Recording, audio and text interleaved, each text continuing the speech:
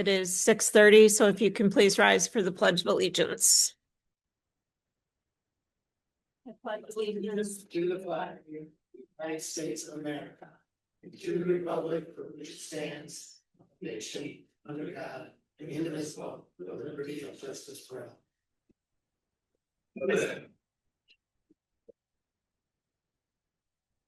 Okay, roll call of board members.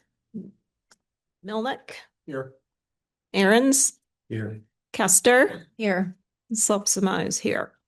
Says it's here. Yeah.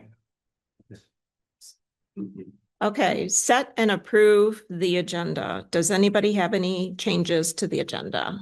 Tim? Two. I would like to remove item 2 from new business, closed session, written legal opinion, 6631 Bags Road. And I'll state the reason for it. I received pretty detailed communications from legal. And 2 days ago. And I want more time to review that, to be able to review comments that we've received from the public in the past. I keep everything in the same folder, so it's not going to be real complicated for me to do that. And I'm not asking for the public to resend everything they sent. We have it, but I would like to review it. And we have several meetings this month, so I think we could do that at another time. The other item, I would like to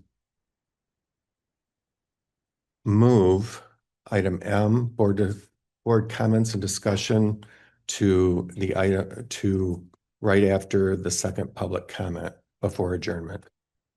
I think that is the appropriate place for that to be. And again, you want to move item M, board comments and discussion after the second public comment. Right, right? after item O. That's your request. Correct. Okay, does anybody have any concerns with what Tim has suggested as far as changes?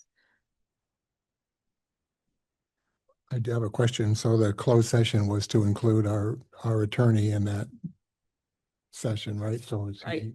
I had told him he should listen at the beginning of the meeting to make sure the agenda is not amended. So I understand he is monitoring what's going on here. He's what? Monitoring online. I can also send him a text. Hopefully, if that's the decision.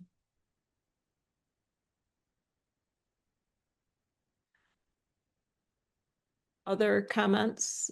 Randy, are you still thinking or? Yes. Okay.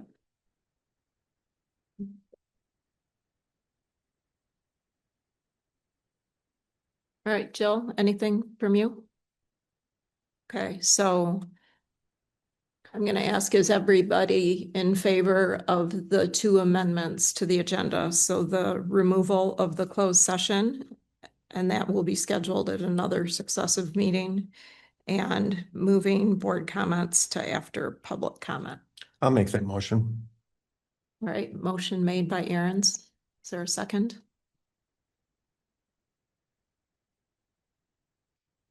I will second the motion. All those in favor? Aye. Aye. Aye. Jill, did you say aye? Okay, aye. All in favor. So those are the adjustments to the agenda. I would like to take 1 minute. I'll send the attorney a text just to make sure.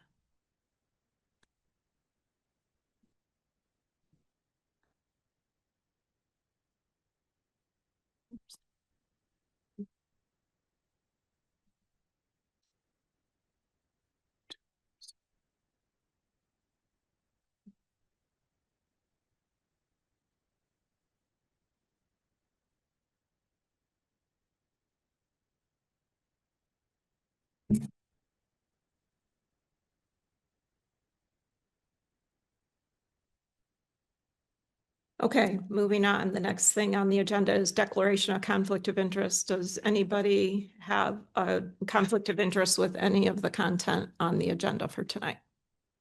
No. No. No. No. No conflict of interest noted.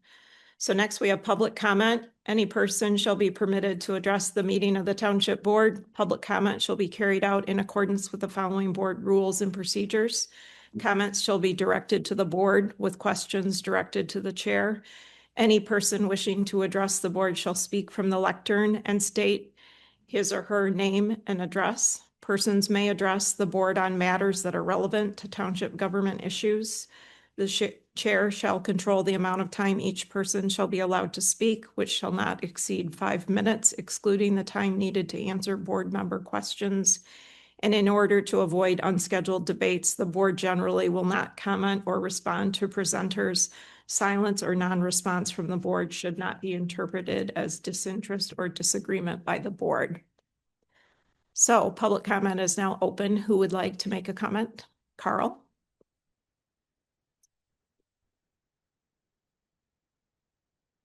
Carl Rubel, 9806 Elk Lake Trail, Williamsburg.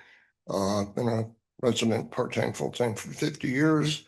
I've been on the planning commission for 5 years and on the ZBA for 4. Please don't take this as a criticism. I have had some training in avoiding legal problems. Lawsuits, and one of the seminars I went to. Last Wednesday night, I went to the planning commission meeting as a citizen. I wanted to comment on the open session on the zoning proposal for the wine tasting room. And I was allowed to do that. And I wanted to pay a compliment to the planning commission for their new bylaws, including legislation, and I wasn't allowed to do that. I was told that, found out that that they've adopted the new policy that you have to be at the meeting in order to make comments, that you can't do that on Zoom. I was on Zoom, so I thought, well, this is weird. I can comment one thing and I can't another. Went home, I go, wait a minute, this bothers me because of the American with Disabilities Act. I contacted my attorney and asked him to research it for me. And this is what he came up with. I got this morning. I also done a little working on my own, and he did a far better job than I did explaining the situation. And essentially says your current position is not legal. You can't not prevent people from commenting. There are rules. They're explained here. I think the previous policy I have been familiar with as both a planning commission member and a private citizen. So I just suggest you change this. The easiest way is just go back to the previous policy. I thought it worked fine. I would like this record, read into the record, but I just don't think I could do it. My voice is going away on me. Somebody else should do it, or there's not a whole lot of people here, whether you think it's unnecessary. I'll leave that up to So you. Carl, we do maintain a book of all of our correspondence. And so this will go into that permanent record that the clerk maintains. And I've received this both on email. I can also distribute it for you on email. Okay, But I can tell you, we are in touch with our attorney on this. okay, Get thank you back to very you. much. Should I sign this? Yeah, for Kay, if you want to fill that out there or at your chair, either is fine.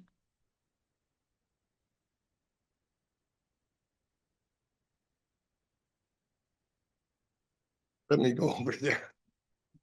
All right. Thank you. Is there somebody else that would like to make a public comment tonight?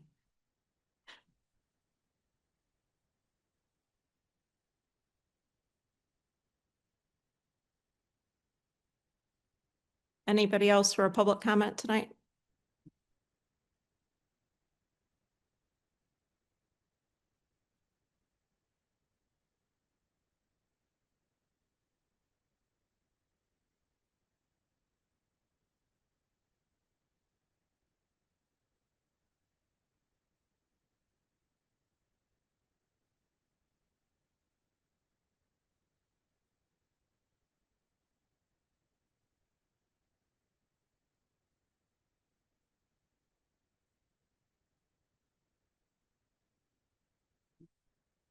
Mike Jacobson, Muskingum Point Road. I also would like to address this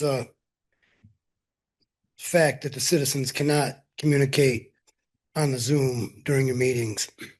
I'd like to let you know that the citizens of this community fought long and hard to get that so that we could communicate that way. It's very important to many people. I got a thing written down. I'm just going to read it. I'd like to encourage you to let people participate through Zoom during the public comment portion of your meeting. Whitewater Township's residents worked long and hard to be able to participate in this manner. The Planning Commission conducts business with the computer. I've been at several meetings where the Planning Commission communicates with their planning consultant on Zoom. I presume it's Zoom. I don't know the computer well enough to know the difference. On a Zoom call. That's how the world's working these days. Public comment is part of conducting business. The business you conduct at every meeting. Our community is comprised of many people who don't live here year-round. By not letting them participate in meetings, you're saying to them and everyone else in the community that their comments, opinions, ideas, and input aren't important. Please fix this. This is very important to many residents. And it doesn't take up that much more of your time. There's not that many people that want to comment on Zoom that often, but you're taking away one of their rights, one of their abilities to communicate with you. And I mean, there's people that go south all the way to Florida or Texas for the wintertime. There's people that live downstate. This is their second home or third home or whatever. They don't live here all year round, but they do want to participate and they do want to be a part of what's going on in the community and have their voices heard. So why you took that away from us is beyond me. So I would really encourage you to please do your best to fix it. Secondly, I would like to ask the board, could somebody tell me if the board is going to have a conversation about the property owner's rights along the Losi Road Trail? There were a few of us in here last month and brought this up to the board. I don't see it on the agenda this month. This has been going on for years, decades, okay? This issue needs to be resolved. The Michigan Supreme Court gives us the right to use that two-track to access our property. Many of the people, most of them that own property along that two-track owned the property before the township received the easement. The township only has an easement. They don't own the property. You have an easement through my property, through my neighbor's property, and all the other people who have property down there. You own very little of the property that two-track is actually on at this point in time. So to tell us that we can't access our property, which we've been doing for decades, since before some of you were even in this community, it is wrong to begin with. I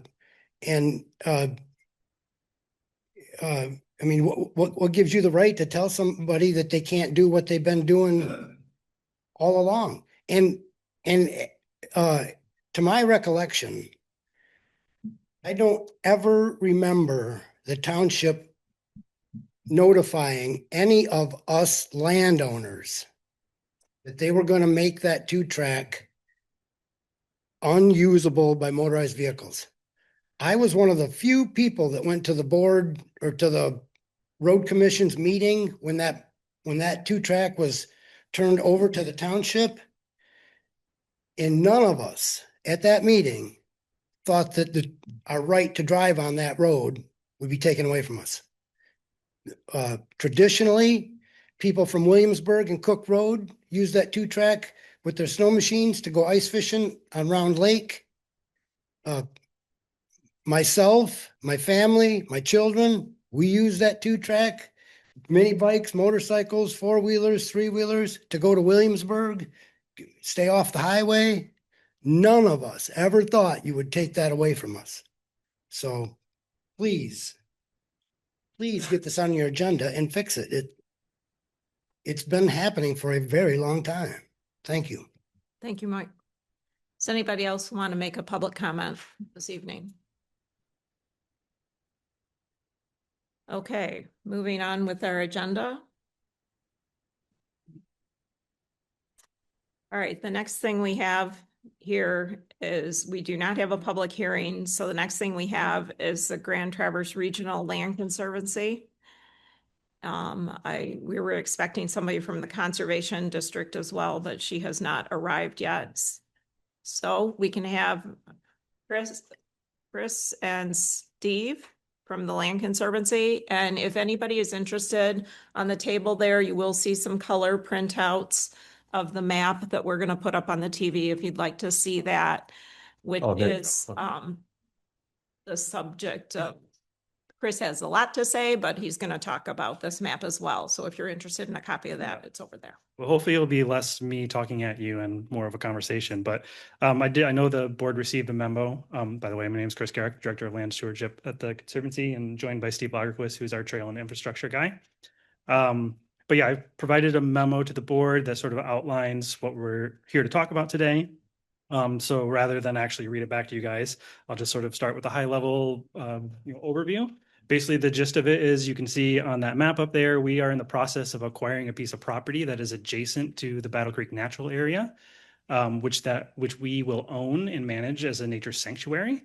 And because we are doing this project, it presents an opportunity for us to, through the fundraising process of this project, to also be able to fundraise for improvements at Battle Creek Natural Area, which are an interest to us and I believe an interest to the township.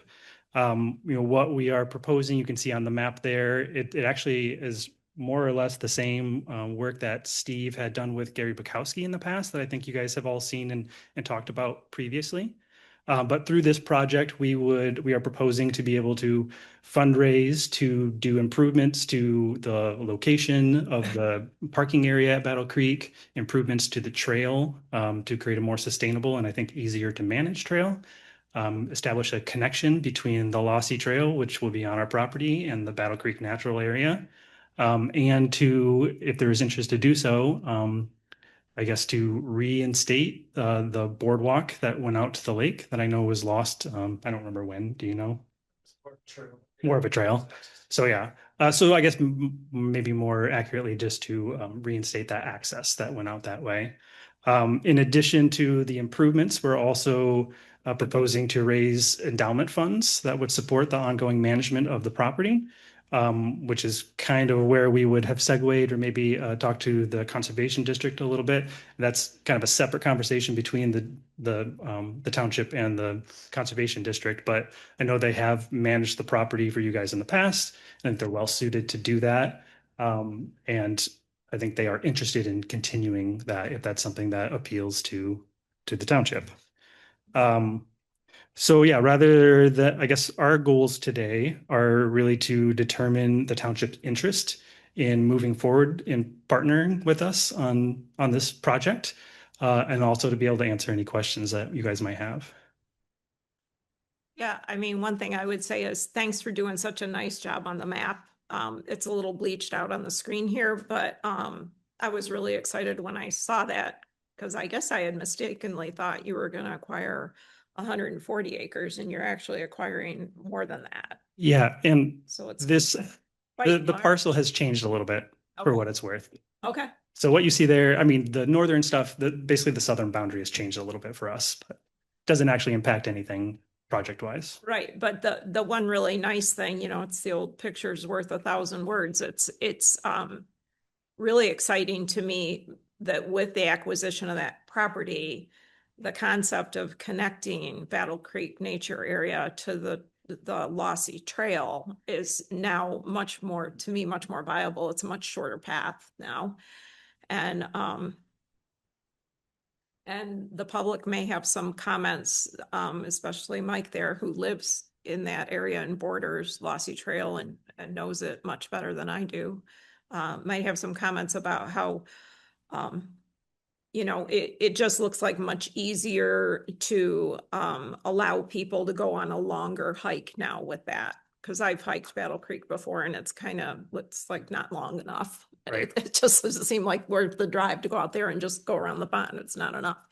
And so, and establishing, there has been some talk recently when we reviewed a 5-year recreational plan, there was definitely discussion about the desire to get back to the original vision of the management plan, which included a viewing platform, which was never done, and then certainly the loss of the ability to walk to the lake.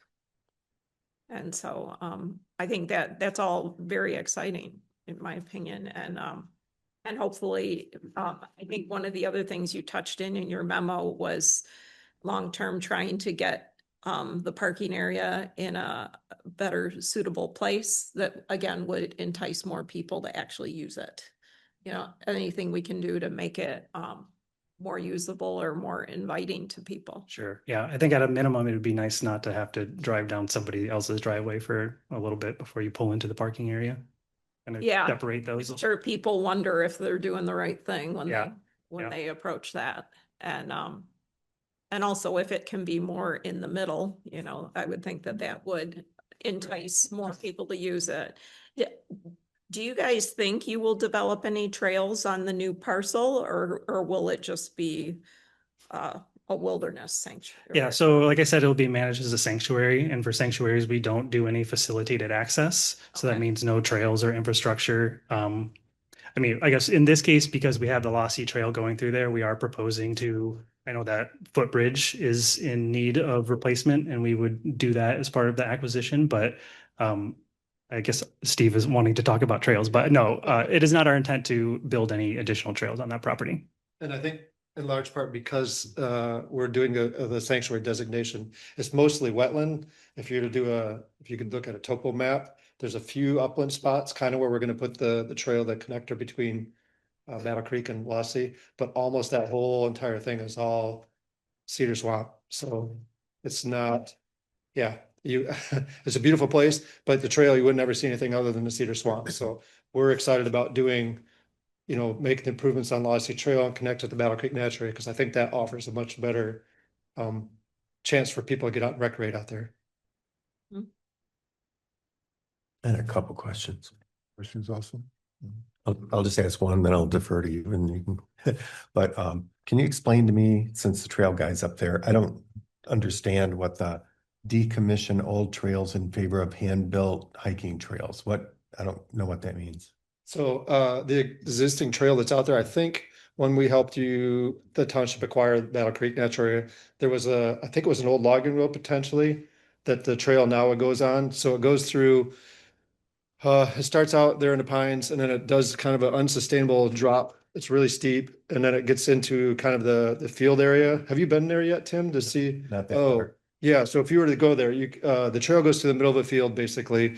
It's aligned with some trees that had fallen down, and that's kind of the only defining thing. And then the maintenance that's required via the conservation district, they have to kind of go out there and mow it all the time. So what I'm proposing is following along in the woods. I kind of where I put the trail on the map goes through the woodlands. So if you put a trail in the woodlands and you produce just an earthen trail, most of it's on a slope, so we'll have to do a lot of bench cut, but that trail stays intact a lot longer. We do have some trails down Arcadia Dunes where we put them in a long time ago. It's a mountain bike trail and it wanders through the woods, and then there's little areas where it goes out into the fields, and they're inevitably prone to erosion. It gets too dry in the summertime and it's just sandy. So from a long-term maintenance standpoint, I think putting the sustainable trails and abandoning the existing trails and doing this more sustainable trail is going to be really like a boon for a lot of reasons. But yeah, one is the maintenance. You won't have to, the conservation district will have to go out and remove trees if they fall across the trail and that sort of thing, but we won't have to mow a thing. So yeah. Thank you. Yep. Couple of questions. I guess to begin with, so the Maple Creek Nature Sanctuary would be a new addition, and you'd be acquiring that from the current owner and likely going after trust fund dollars to do that? Is that the plan? So Yes and no. Yeah. We are in the process of acquiring that property, the purple one, the Maple Creek Nature Sanctuary, from the owner. That is ongoing. Where the trust fund comes in is that we would like to partner with the township in applying for a trust fund development grant to cover the improvements. Not the um, acquisition. Not for the acquisition, no. And with that, those development grants are available up to $400,000 and require 25% match, in which we would commit to raising the match for that. Okay. And Now, that- does that orient to the orange material there, or is that what you're talking about? Correct, yeah. Not the red existing lossy trail? Not the Lossy Trail. And one of the things, I'm not admittedly super familiar with the trust fund development grants. Those tend to be handled by our land protection team. So I don't think all of the stuff that I'm presenting here might not all be eligible to be funded under the trust fund grant, specifically the stuff that is on our property, because that trust fund money is available for local units of government. So just my off the top of my head thinking is that we would only be able to apply for money for the stuff that would happen on Battle Creek Natural Area, and then we would cover the other stuff on our property. But I'm not 100% certain on that. So my last question. or Might comment. be, I got one more. Oh, go ahead. It might be too early to answer this, but when you say relocate the parking area and property access, do you know where? So, That one. yeah, Rand, are you familiar with the parking lot now? You kind of drive into the neighbor's driveway and you head north a little bit farther down. We'd have to do some excavation there, but make the driveway from the road itself a separate drive. And then kind of keep the parking lot where it is, but just improve that access and then improve the parking lot itself. Do like a Afton stone gravel parking lot versus it's kind of a pine needle. Yeah, it's a parking lot, but you don't recognize it as such unless you park there. So you'll be doing additional study here to determine exactly what is going to happen. This is kind of our proposal. This is the one I worked with Gary on. There's still lots of things that fall in place to get actual specifics about what we're doing, but yeah, we came pretty close to, I figured out all the slopes and kind of where the heavier bench trail will be built. And kind of, we need a bridge on the eastern side there to go across that little wetland area. But yeah, I think we have most of the details, but there's still a few that need to be fleshed out yet. And then what exactly is a hand-built hiking trail? I'm not. So have you been to the New Hickory Forest Trails or Greenpoint Dunes? It's we've been hiring on seeds and we have them build 18 to 24 inch wide trail. And a hand built is if you're on a side slope, you do what's called a bench cut, where you actually remove part of the hill. If this is the hill, you remove part of the hill to make a little bench that's accessible to walk on.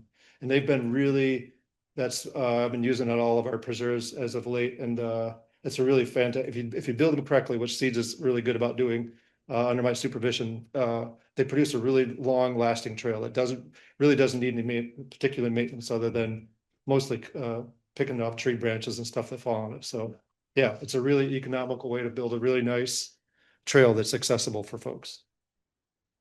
So the key part for the township is partnering with you to do the development application and, okay. Yeah, and I think we'd help you with the trust fund because we do a lot of that stuff, but yeah, you guys would have to be a partner on that and we'll figure out the details and, come up with a consolidated plan of what we all want to do. So, yep.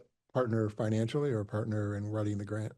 We'll help you with the grant. And I think, yeah, I don't know if the township do they have to put any, I don't think. No, again, we'll raise the local match for that. Yep. But trust fund, whether it's development or acquisition, is only available to a local unit of government. So you guys have to be the applicant, but we would help you with that application and putting that together. And then again, we'll raise the local match. So I don't think that there is any financial obligation of the township itself, other than just your staff time in participating to put those materials together. Great. This is terrific. I had a question. Yeah. With the part that you're acquiring as a nature preserve, would hunting be allowed on that still? I mean, hunting is allowed in the Battle Creek Natural area right now, but would hunting be allowed in the southern part? Yes, it Yeah. would. Yeah. It's a difficult hunt.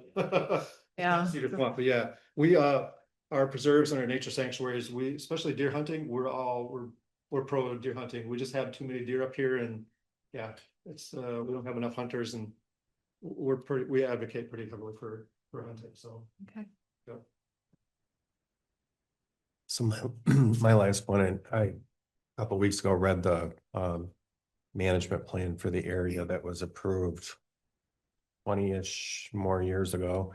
And it looks like you're including some of those elements that it described in there. So you've obviously read it. And we've heard about the footbridge needs replacing. One thing, and I know when we met with you, you showed kind of a picture of what that would look like. Pre-built, you bring it in, put it over, something you've done before. Looked wide enough to accommodate maybe a gator for emergency rescue kind of a thing. Also, the path to Elk Lake is not passable currently. And it did require that there be a platform, small, I believe, 10 by something, and wanted it shielded from the lake so that people really couldn't see it because they don't want it to turn into a party beach, right? And then also shielding from the residential neighborhood as well. So there are a lot of things in that management plan that has been pointed out to us that have not happened. And so that would be something that I would want to see, that these things get prioritized with this funding that we could maybe get and be part of our capital improvement plan that we're putting together. Yeah, and I think, the proposed, again, all of this is sort of proposed high level, and as we work through the process, we'll refine it and define these things a little bit better. But that the layout of the trail to the lake is intentionally moved farther away from the boundary than the old one was, to address that point. That neighbor, yeah. Yeah. Yeah, the current trail, as it goes, it hits those two corners, and then Right. the bench used to be right next to the neighbor's house, which it was not bad, but he's done lots of improvements on his lawn, improvements. So you're basically where the bench is located. It's fine if you look off to your left, but if you look to your right, you're basically looking at the neighbor's house. And I think what we're proposing here is to be farther down shore, and as you described, kind of discreet from the water. Have something where people can sit and look out. I think it's gonna be a really fantastic view out there. So, yep, Okay. That bench is still there. I know. It hasn't fallen apart or gotten damaged. I don't think it gets a lot of use though. No, I don't think you can get to it without getting a soaker. You can get wet. Has anybody addressed the issue with you guys about the, what is it, the dam or something down there that we've had? The spillway. Yeah, the spillway that gets clogged up, and are you guys familiar with that? And We Any non- aren't familiar. I think the conservation district did some work on that. Well, they came out and evaluated it and Gotcha. told us that was beyond their capability. So we ended up getting a contractor out there that helped get it. It got a bunch of sticks stuck in it. Mhm. And then we actually had water running from the top of the soil. All the pictures, yeah. Yeah, that happened last spring and into the summer. Yeah. And so I think there was also, I think in a recent meeting, somebody reported a concern with the fishing, kind of the fishing shed being, I'm not sure. I remember the details. Do you remember the details on that, Mike? Is it unsafe? Yeah. In the recreational plan of the. You speak into the podium, Mike. Thanks. In the plan that Tim referenced, the maintenance plan, the DNR suggested that someone go down there and check the mouth to that of the river regularly, because the pond, the river dumps into a pond, and then the pond dumps into the lake. And the DNR says that pond is essential for fish breeding, especially perch. They mention perch specifically. And the reason they say that is because Elk Lake doesn't have very much vegetation in it, where that pond is full of vegetation. I believe that's what you're referencing. Yeah, but there's also the building structure. I think it was maybe an old fishing hut that kind of. You're blind. Oh, yeah, it was There. deer blind. That structure we're talking about would be on the edge of the pond, Right. and it's on the north edge of the pond, kind of to the east side of it. And it needs to come out of there. It was horrible. When you guys acquired the property, should have been taken out and they never did. So before some kid gets down there messing around and gets hurt, that should be knocked down. There's another structure on this new property. Do you know about that? Are you Yes. gonna take that down? Yeah. Okay. And some of these things, I mean, I know about that fishing structure, but I hadn't really thought about it. And that duck blind, I mean, that might be something that through this process we can also pull out. And maybe there's opportunities for other things if the township is interested. I would kind of come down to when we are filling out that application, kind of figuring out the money, like the totals for the project and whether or not we might be able to slide some other things in there if there was interest in building a new platform or something like that. There's potential that could happen. Other questions? One last one. Go If ahead, you- Randy. Do you have a sense of the time frame for Maple Creek being acquired? So yeah, we are actively fundraising for it now. So it is from our end, a board approved project that we're fundraising for. I don't have a timeline when that gets completed, but it's something that we're starting to work on right now. You've arrived at a price and you've got. Oh yeah, yep, we've got an agreement signed with the landowner and Just fill in the money and they're yep, gonna make the just deal. raising the money. Okay. And then I guess, one thing to mention just timeline wise, if we do move forward, I think the application period for the trust fund is in April. So we're not going to meet that window this year. So we would probably spend, 2026 continuing to do fundraising, working with the township on application materials. If there's other agreement documentation that we need to put together for the partnership. And then probably starting to do some of the on the ground planning and engineering work leading up to an application to the trust fund in April of 2027. And then they make those decisions in December. So December 2027, we'll know whether or not it's awarded. And then it's typically a 12 to 18 month period after that before the funds are released. But we may be able to start some of the work. Again, I'm not as familiar with their that grant program's procedures, but I know that some activities are allowed to be completed or started ahead of time and then reimbursed afterwards. So we have to figure out those details, but that's kind of a rough timeline. So it's actually a reimbursement program, correct? So we have to spend the money and get It reimbursed. depends on each individual applicant because you could just wait until you get those funds and then start the project. But if we have the ability to do so, we could start some of the project earlier, knowing that it would be allowed to do those under the grant program.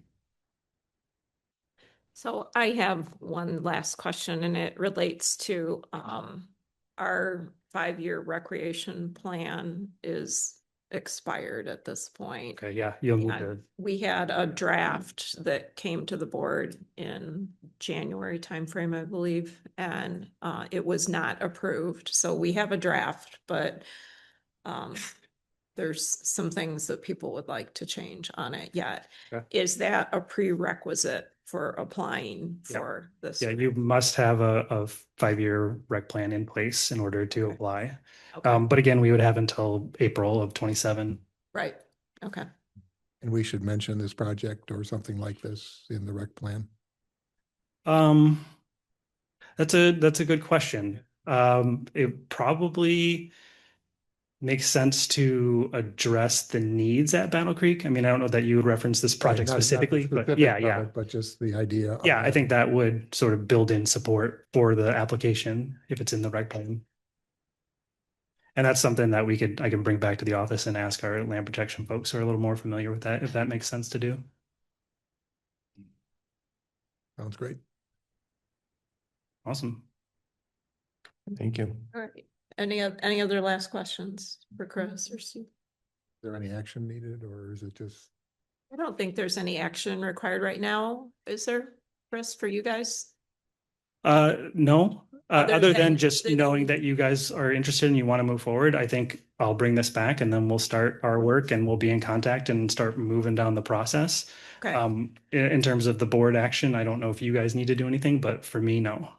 okay. I was gonna say, sometimes different entities require us to have a resolution I mean, it to wouldn't declare hurt. our support. Yeah.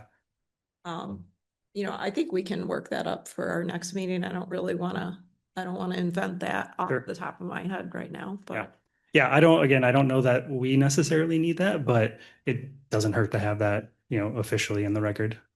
Your board already approved it, right? Yes, this project is board approved. Okay. Yep, and coming to you because we've had one conversation, but we've sort of just been thinking about this on our own and want to make sure that this aligns with what you guys want to do too. yeah, and I think when we met with you late last fall, we also talked about, trying to address the wet area on the west end of Lossy Trail and,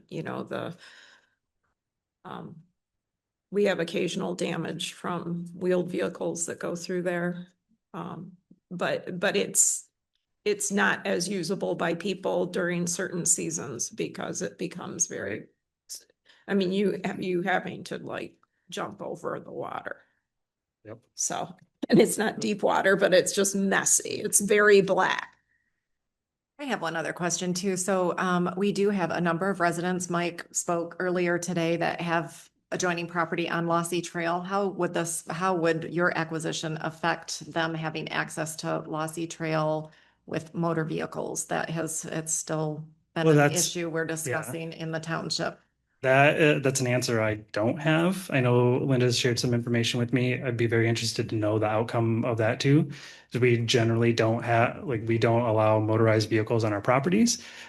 But also, the Lossy Trail is an easement that goes through our properties, and we recognize that there may be other rules there. But I don't know. Okay. In terms of, people being able to access our property, they'll still be able to get to this property through the Lossy Trail. And then, based on whatever determination is made about motorized vehicles, they would then be permitted to use those vehicles on the easement property, but not on the rest of the property. Okay, thank you. All right. Thank you very much. Appreciate it. Thank you. All right. The next thing on the agenda we have, Randy, is your planning commission report. So there's a written report in the packet here. I'll just hit a couple of the highlights at the last meeting, which was last week. The planning commission met and considered a proposed rezoning south of M72 and west of North Broomhead. This is some properties that are currently split zoned. In other words, part of it is zoned commercial, part of it's agriculture. The township, the hearing was held. The planning commission recommended approval of that. That'll be coming to the township board at a future meeting. There wasn't time to get the material together for this meeting. We had a hearing on the draft winery ordinance that's been under consideration for some time. The work will continue on that. We were briefed on the work of the ROWG. Rod Rebant, of course, is a new member and is going to chair that going forward. We have several proposals that have been received for the community community survey, which Reen will talk about in a little bit on a separate agenda item. The short-term rental workshop was released by MSU, and that has been available now. I don't know if it's been published to the township website, but it's on the way. We had most of the meeting was spent with our conversations with Giffords Webster on our zoning updates. This included the major items of the planned unit development, the COPUD, condo subdivision, site plan review requirements, et cetera. We'll have a new draft in April and then likely a public hearing in May on that. We've updated our bylaws, dealt with a proposed amendment addressing fences. That's also a separate item on the town board's agenda. Addressed the budget and worked on the annual report that'll be on its way to the township board. Busy times at the planning commission. Okay, good. Any questions for Randy? Yeah, it is a busy time. Okay, next we have consent calendar. So it's, I have one thing to mention regarding the consent calendar. There was quite a bit of correspondence over the last week and a half. I'd like to remove something if Okay, It's appropriate to do first. Or okay. What would you like? I want to remove bills for approval.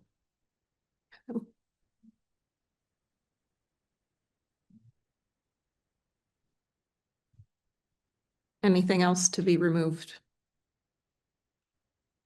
No. Okay, let me, at this point, just voice these additions to the consent calendar. They're just notations of correspondence. And I gave a copy of this to Kay. So we had a couple comments from people regarding the Skikabog Point Road construction going on, the tree removal from Laramie and Thomas. We had 3 notes from people regarding Skikabog Point speed concerns and requests for us to consider buying an electronic speed sign for them to indicate if they're exceeding the speed. That came from Bonato, Peterson, and Taylor. Then we also received communication from Beam and Highmore concerning the closed session that was on the agenda tonight. So can I have a motion to approve the consent calendar as amended? So move, Melnick. I'll second Kester. So motion made by Melnick, second by Kester. All those in favor of the amended consent calendar? Aye. Aye.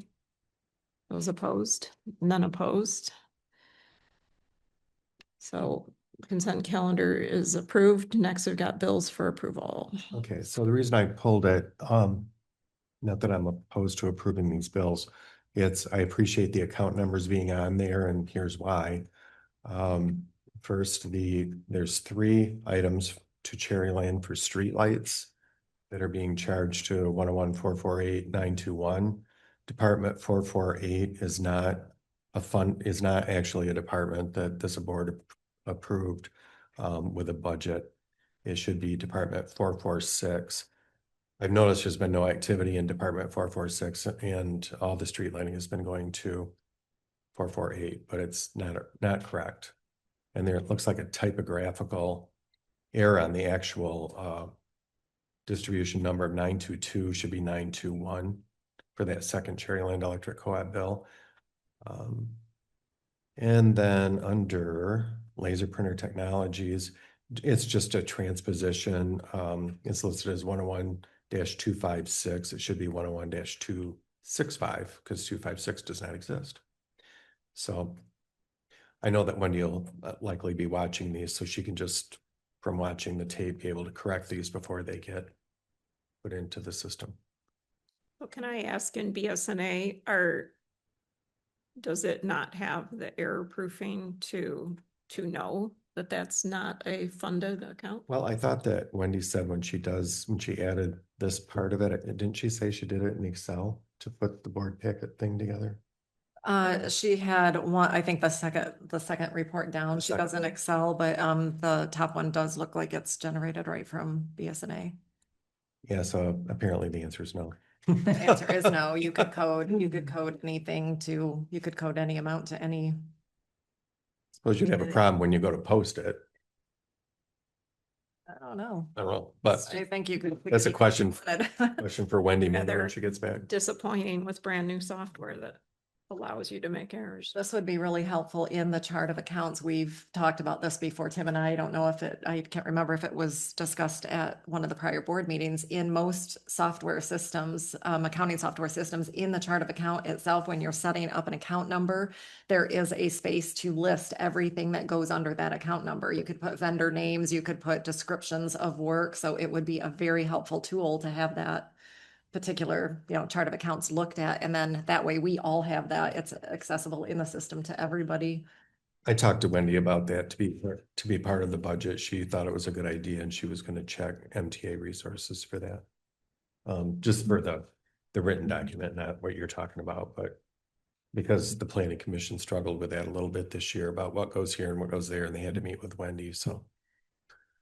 What was the second one again? You said the first one was street lighting. What was the second? It was the toner laser printer. Yeah. It was just a transposition on the department number. Should be 265 and she put 256.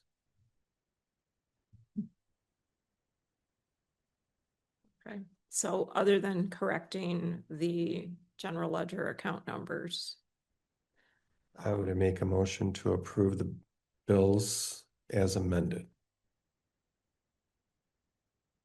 I would second that motion to approve the bills as amended. All those in favor? Aye. Aye. Opposed? None opposed. Motion passes to approve the bills. Okay, next on the agenda, we've got unfinished business, park and recreation items. So there's several items starting on page 17 of your packet. So Tom Bartnicki has provided this. So the first thing is he's looking for our consensus and approval to purchase a firewood shed. I know this has been talked about. It was talked about extensively last year about the concern with securing wood. And I believe they're going to bulk wood this year. That's my understanding. The That's my Rangers understanding. stack it in this. I did talk to Tom after putting the packet together, when I was going through reading the packet.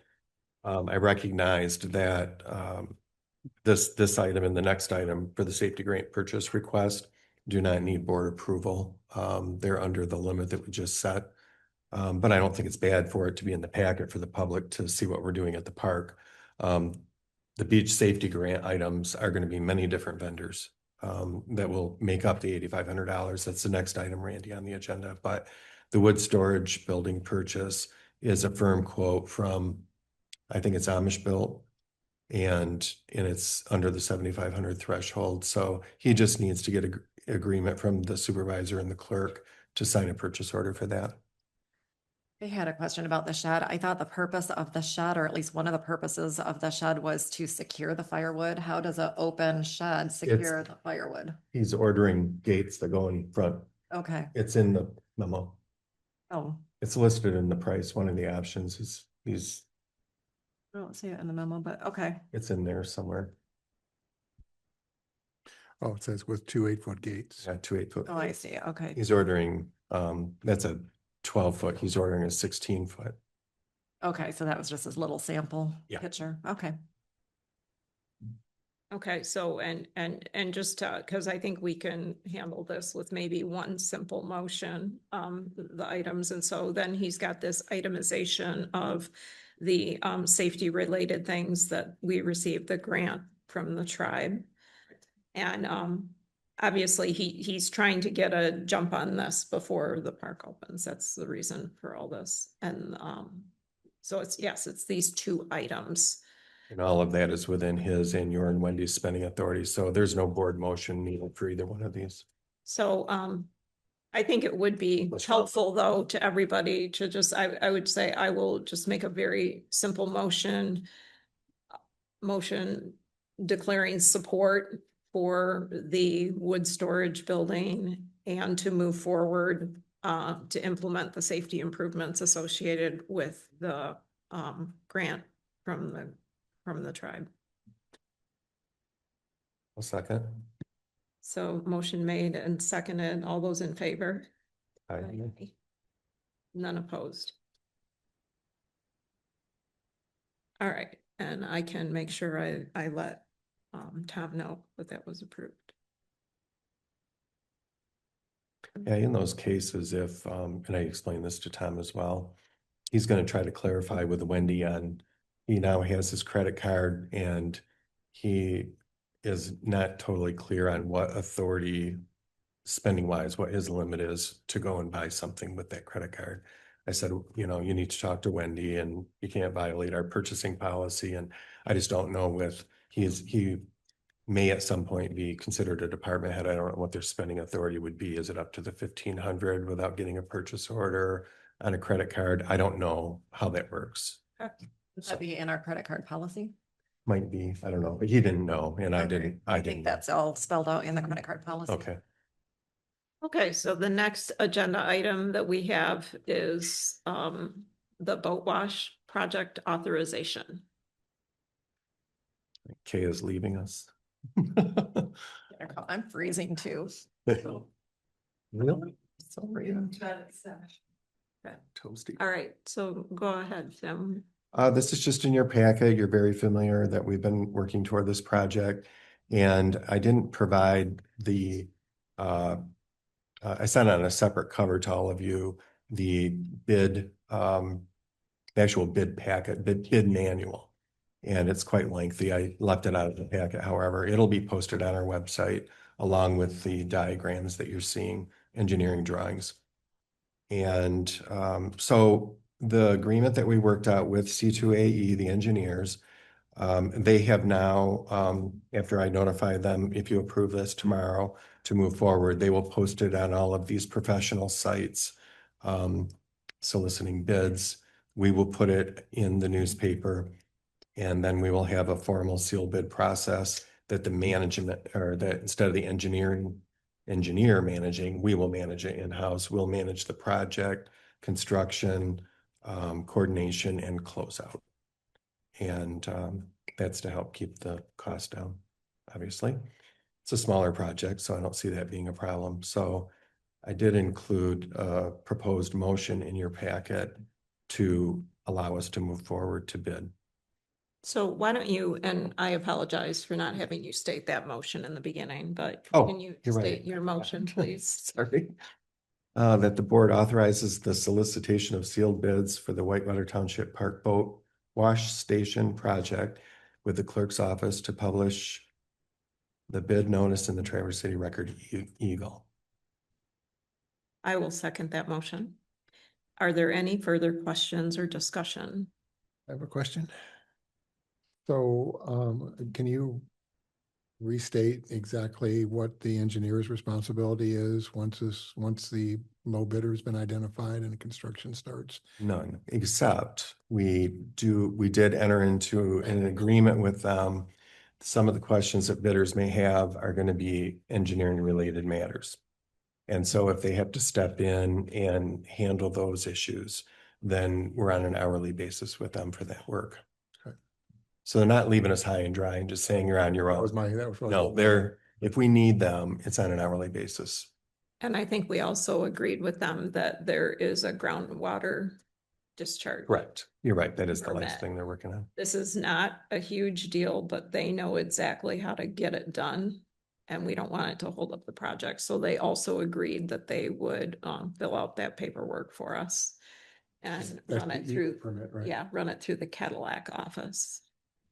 And then so it's up to us to determine that the project's complete. Is the engineer gonna sign off on anything? No. No. It's up to us. Once we'll pick a contractor and then we'll have a contract with the contractor. It's up to us to monitor that and pay the performance payments and then make sure everything's working properly before we pay them their Okay. final. I'm fine with that with a project of this size. I just get Yeah, it's small. It's- nervous about when larger projects come by that. yeah, I mean, I wouldn't have been comfortable with doing that with the underground electric project. Other questions? All right, motion was made and seconded. All those in favor? Aye. Aye. Those opposed? None opposed. So that motion passes to proceed to the bid. Okay. Next one is, I think next we've got Reen. Would you like to come up and talk to us about? Let me see what page this is on. It's on page 31. Do you want to make the motion, Randy, first? Yes, that we should make a motion first and then discuss and answer questions. Page 31 in the 31. electronic packet. Yes, that's, I can do it based on the information attached and conversations. I don't know. I think that's not supposed to be part of the motion. Strike that. I'm going to start over. I'll make a motion to approve an expenditure of not to exceed $18,000 for an STR survey.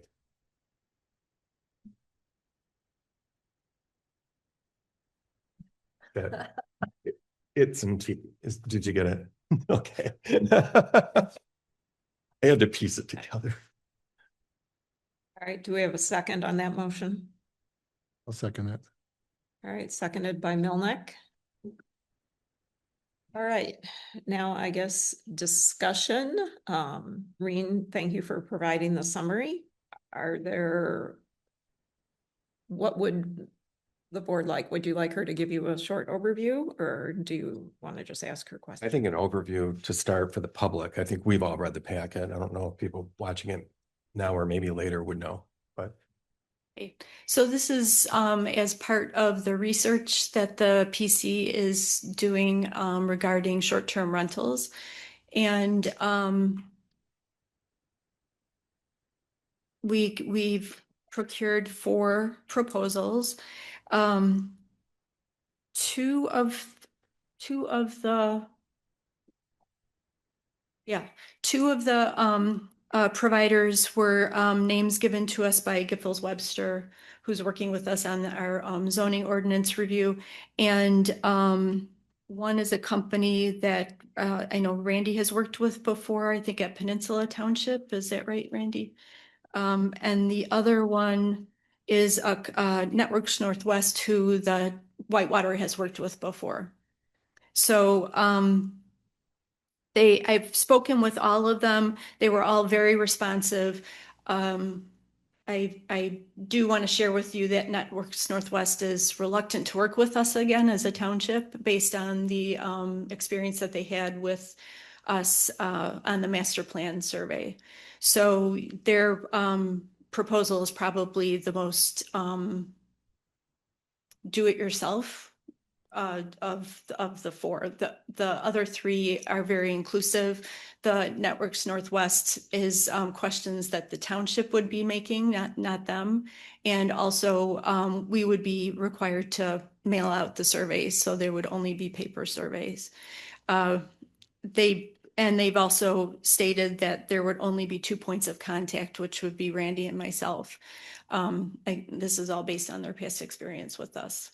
So their proposal is based on the number of surveys. They also won't allow any open-ended questions on the survey because I guess that was a difficulty with the last survey in terms of legibility, and then transferring all of that information into the database. So they've got a very limited scope in terms of what they'll provide us with, which is basically creating the survey in their Qualtrics program. So they would, while we would be required to mail and then send them any paper copies that were used, they would also have an online survey available for people to respond to. And I know that there's concern about duplication of responses, people being able to take the survey more than once. And all of these are based on people being given a unique code to log in or to fill out on the paper survey. Epic MRA is the company that Randy has had experience with at Peninsula Township. And their proposal is a mix of a random telephone survey, an online survey, and having paper copies available at the town hall.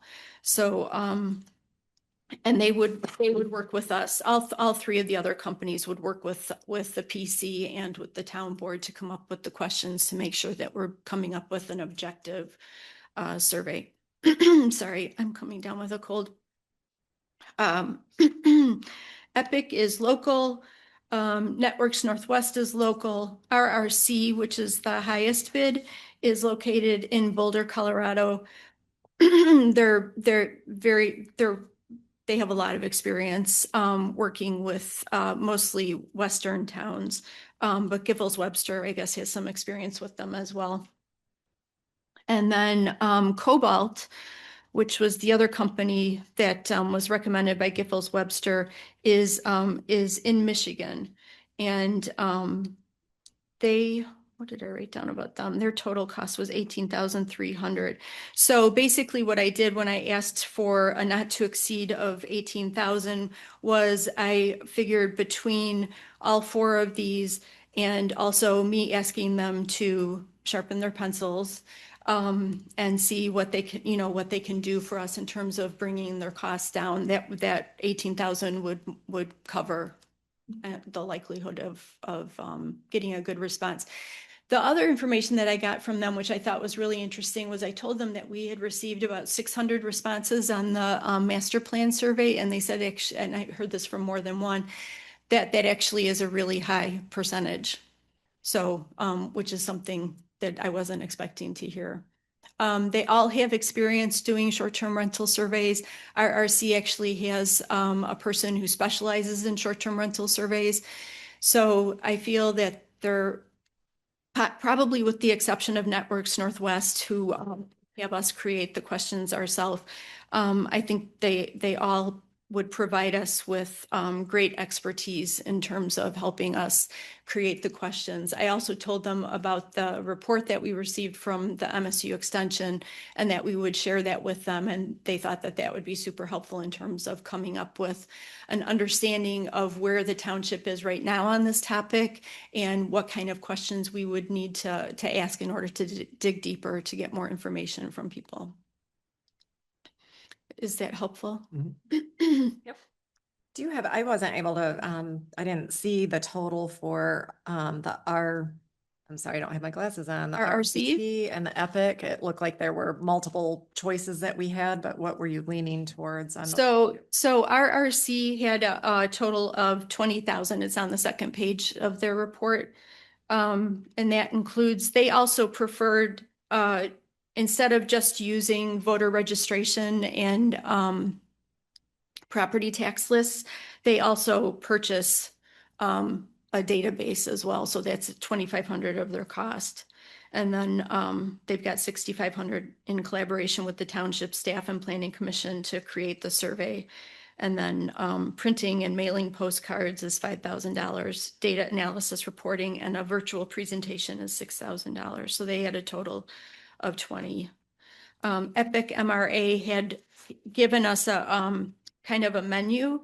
The online survey is a fixed price of $5,750. And then the telephone survey is where they gave us some different options.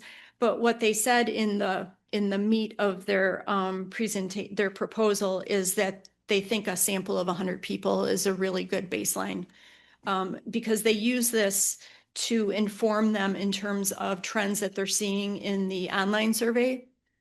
So they can tell if something is askew in the online survey by those 100 telephone calls. That they said tends to be the most accurate information that they receive. So their total, I figured if we did a sample of 100 people with an 11 to 12-minute interview, which is 22 to 28 questions, that would be $7,250. And then plus the $5,750 for the online and paper survey came to, sorry, a total of 13,000.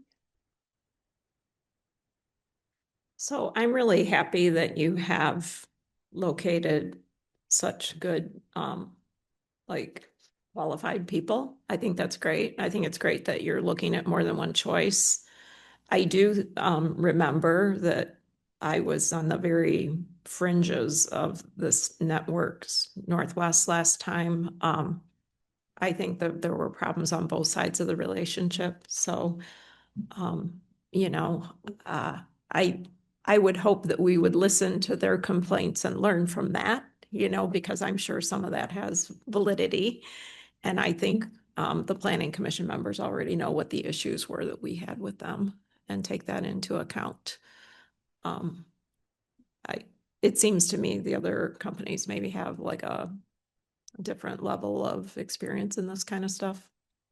It's just Maybe my more opinion. capacity, in Yeah. terms of employees. It's just my opinion. But anyway, so are there other questions from the board? That we have a motion and a second to approve and not to exceed? Just one, and I think you might have explained it and just confirmed that what I heard is right. When I read the motion, I read all of these options, the four options, and it seemed based on the motion that to exceed $18,000, two of them did. And Networks Northwest, you're not interested in, it left one vendor. So, but it sounded like what you were explaining is you can a la carte these or ask them to reduce their price. Basically, I would go back and it's similar to what I would do with my work, you know, with a construction bid is go back and say, we don't want to exceed, you know, maybe $16,000 or something like that to still give us some cushion. And then, and see what they come back with. If they're willing to, either discuss a way to shorten the timeline, you know, so that the amount of time that they need to put into it, or if they just want to, you know, do the project and are willing to cut somewhere in terms of their Well, own. yeah, my only concern is if we approve something that says not to exceed 18,000, that's your marching orders. And if you can't negotiate something lower and it's a firm that you want, and they're only like 2,000 more, but you think it's a much better product, I guess I'd expect you to come back and ask for that because we want the best firm for this much money. That's going to do what we need them to do. The issue is too important. So that's my thing.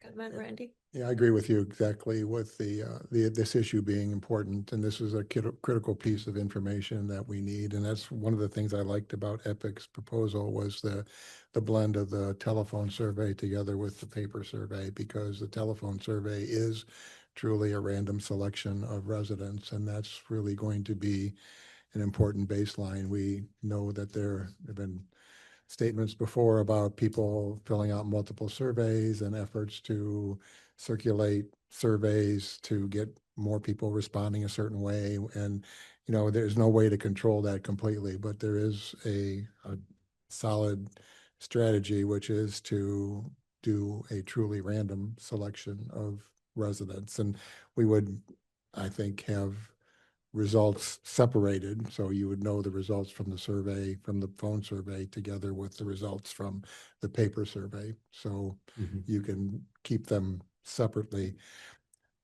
As Reen mentioned, I did work with Epic MRA previously. I found them to be very, very professional. Sometimes you see their name on like statewide news articles about the governor's election or something. They do some pretty high level work.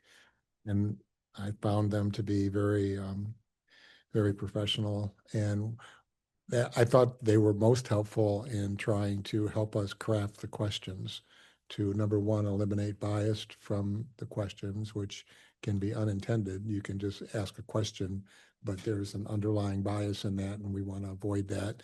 But they also asked questions where, for example, in Peninsula, there was a question about renewal of the Purchase of Development Rights Program levy, and that was coming up in the future year.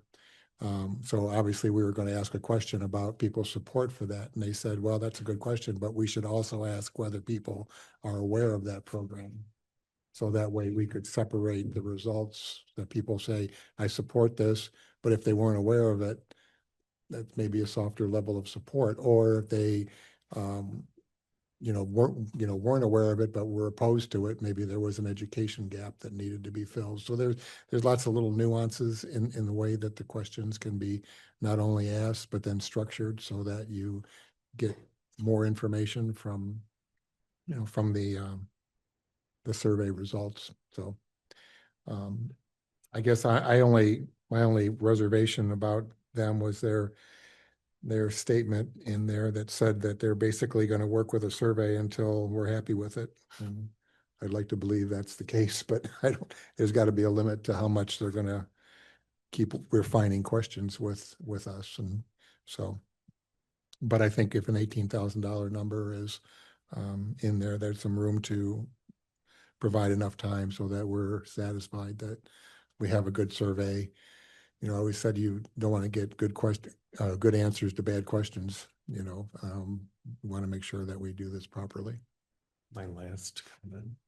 Go ahead. It was just to what he said is, and I've stated it before, that I've seen these go sideways. If you don't have the legislative body that makes the ultimate final decision on board with the questions that you're asking, the survey is not going to be very meaningful.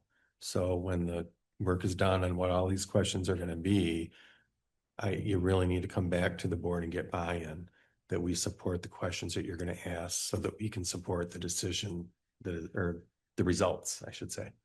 So that's just, Okay, Jill? One comment and one question. I would think that professional survey companies would have a way to barcode mailed surveys so they can't be duplicated. So so that is an issue with people duplicating. Well, I guess depending on all the different options here, the Networks Northwest one, I don't think had that option. Okay, yeah, These other ones had a code, right, that you would, I would think. you'd be mailed a code, so all the methodology would be clear before we launch it. All right, yeah, and then my other question, I guess, was how would these questions be different than what MSU did? The questions well, at MSU. Right. So MSU was definitely, looking down at this from a higher level since it was our first workshop and our first gathering of community input besides the master plan question.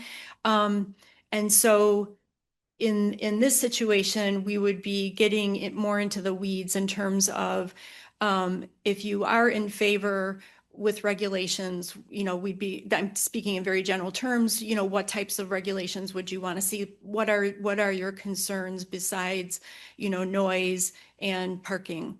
And so really it would be coming up with information that would help us actually write an ordinance, which the information that we've got from Michigan State helps us to understand what people are thinking about. It didn't get into that level of detail. And then the plan is after the survey results are received, that we would have a second community workshop where we would be discussing those results and getting more input from the community before we actually have a public hearing on an ordinance, if that's the way we end up going in terms of, yes or no. The other thing is EPIC, MRA, and RRC both discussed, I'm not sure if this is the technical term, I've been calling it kind of a waterfall thing, but maybe it's a branching question. So if, depending on how this would be for the online and actually for paper as well, it would work.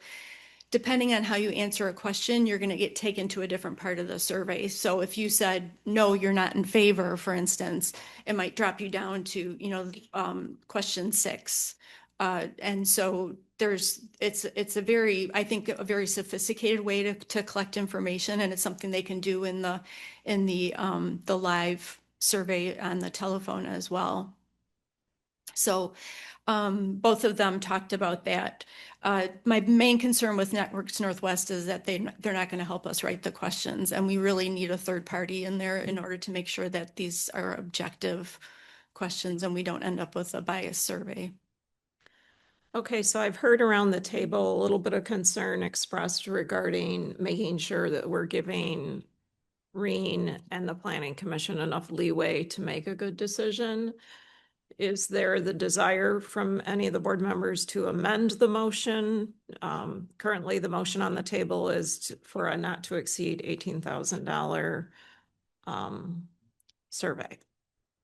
and currently only one qualifies based on what they Right, said. and I think we heard Reen say her intention was to continue to talk to them and maybe negotiate slightly different, a slightly better price. But that's why I'm asking the question, do we, at this point, we're basically, the motion would authorize them to go forward and choose a vendor for this work. And so, do we want to amend the motion to provide a little bit more cushion on the dollars? Made the motion, I'd like to amend it, if I Okay. may. And the seconder would have to agree. I'd like to amend the motion, read the same, except the dollar amount be not to exceed $20,000. I'll accept that amendment or that change. Okay. But still try to. Any further Always. questions? Any further questions from anybody? Okay, all those in favor? Aye. Second, right? It was already I'm seconded by sorry, Randy. yep, All those in favor? I Aye. None opposed. Thank you very much, Thank Reen, you. for all the detailed work. Okay, moving on. Now we've got, the next 4 items are things that Jill has prepared. So Jill, if you can kick off your first item and please start with a motion.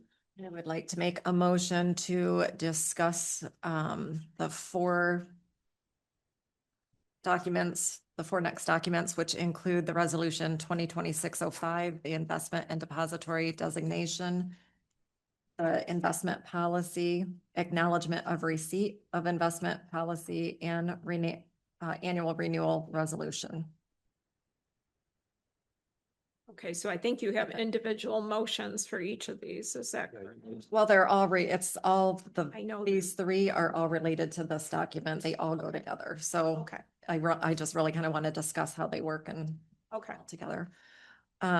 Jill, excuse me, were those written anywhere in these documents? I must have missed them if they. The motion is not written, No, she made a motion just simply to just discuss. discussing it right I'll, at the I'll moment. second the motion to discuss and then, Okay.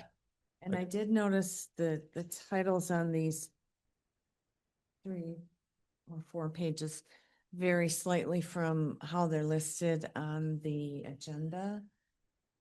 This would be how they, Go with the document. yeah. Okay, just needed to clarify. And it was about these first 3, correct? Correct.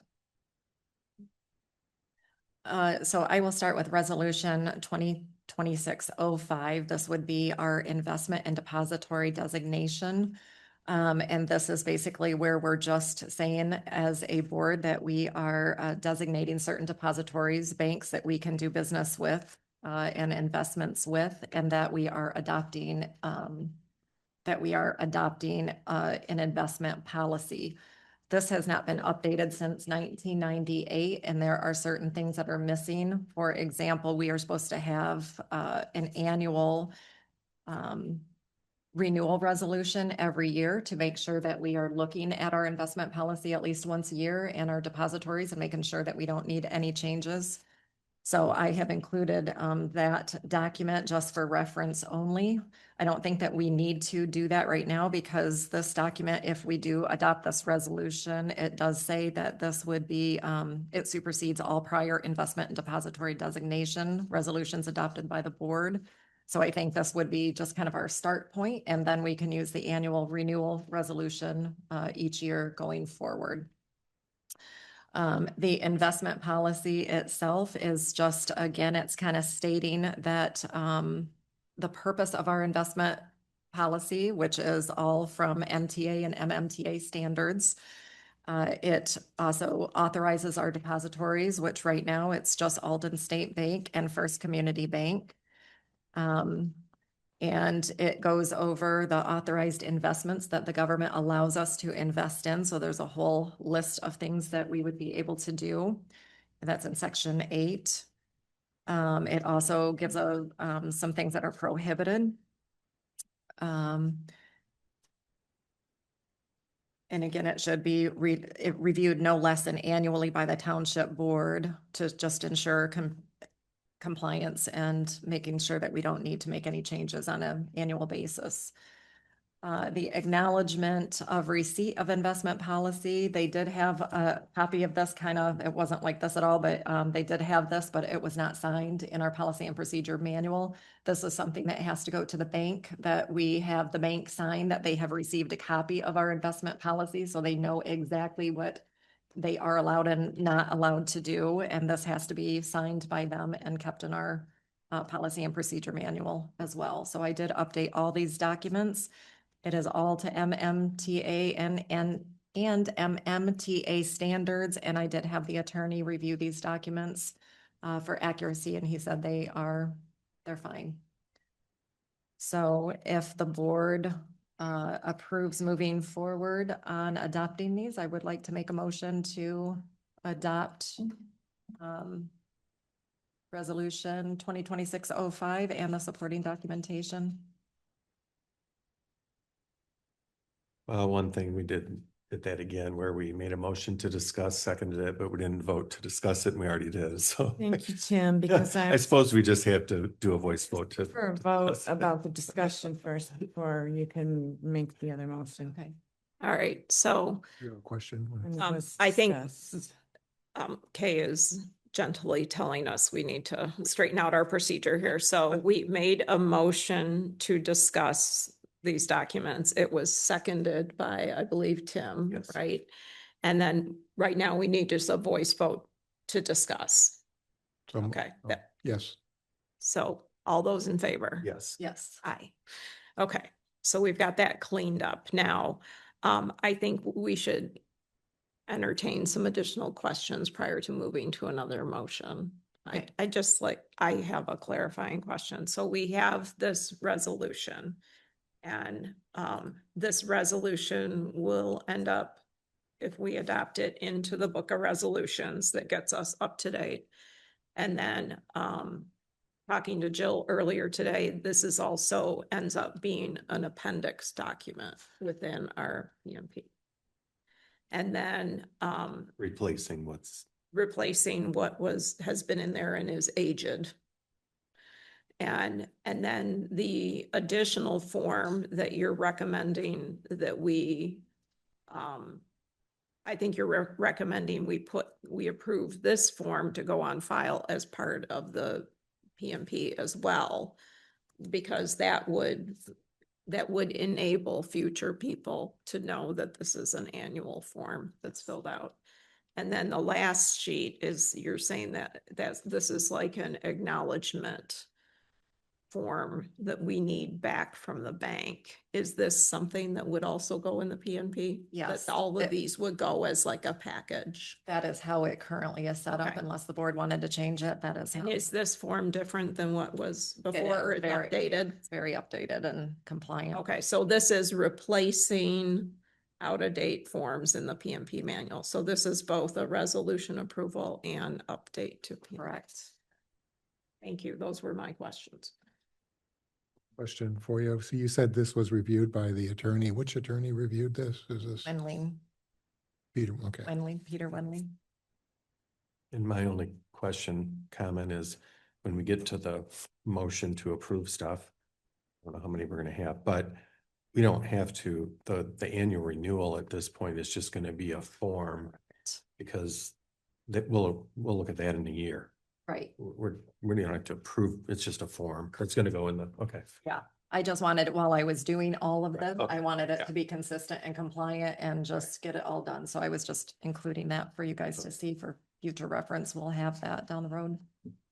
And I think we still have to vote on updating these documents. in Yeah, I don't the know. PMP. I agree. I just don't know what order. I didn't see motion, so I don't know what order she wants to do that. So do we have to We have make a to, motion to do each individual, or when the resolution, which includes all of, the resolution talks about all of these documents You in have the to- resolution? you have to make a motion to approve the resolution and do a voice vote on that.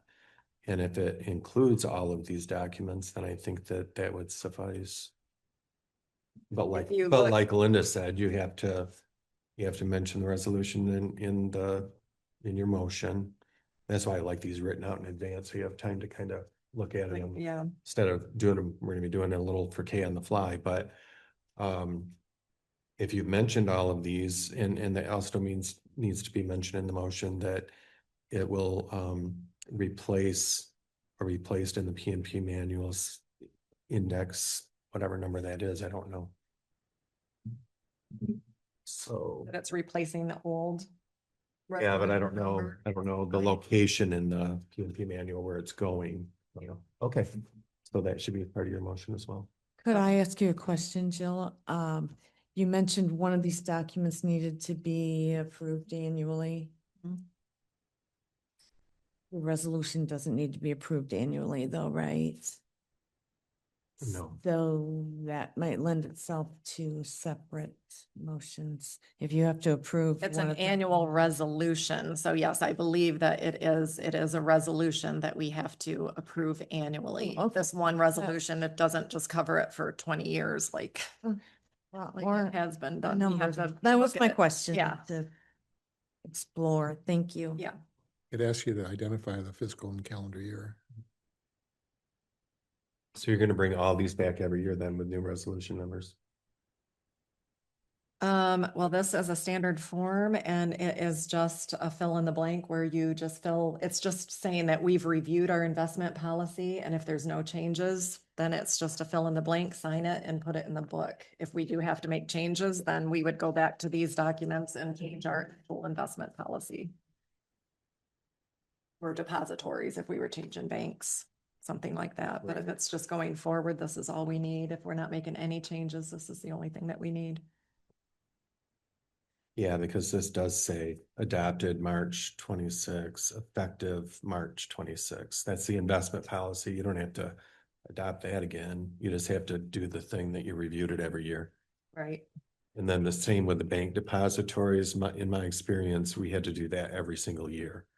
But we do it, by the way, and I think I told you this, that is part of, for townships, it's different than cities, but as part of the General Appropriations Act, we approve our depositories in that when we approve the budget. So it is, We do. we do. So it is part of that. So it's kind of double, which is okay. But that's why I don't think we would have to do, unless we change depositories, we'd have to update this index. But annually, we're already approving the depositories annually with our budget. Okay. So Okay, so I think what we need here now is a motion to adopt your resolution. Is this the first thing you need? Okay, so I will make a motion to adopt resolution 2026, an investment and depository designation, which is replacing resolution number 98-13. And this would be in appendix B. can I help? So you didn't say 05, so it's Yeah. resolution number 2026-05. Oh, I'm sorry, I thought I had said that. Okay. And then at the end, I think that it should say, and to update the policy and procedure manual index number, what? B, B, It's appendix. B. appendix. appendix, index, I said, okay, appendix B. Did you get that? You might No, want to I'll have have her to- read it back. No, I can not read this back. I'll have to listen to it, but there was a part in there 3/4 of the way through referencing, maybe before the appendix part, the verbiage went a little choppy. I'm Do you wanna- concerned about do you wanna that. restate it now? Would you like it Okay, restated? so I would like to make a motion for the board to adopt resolution 2026-05, investment and depository designation, which is replacing resolution number 98-13. And these In section, whatever of the policy and procedure. manual. in appendix B, replacing B as in documents boy? in appendix B Of the PNP manual. of the PNP manual. Second. That- So it was trimmed down to that. Okay, so motion made by Kester, seconded by Aaron's.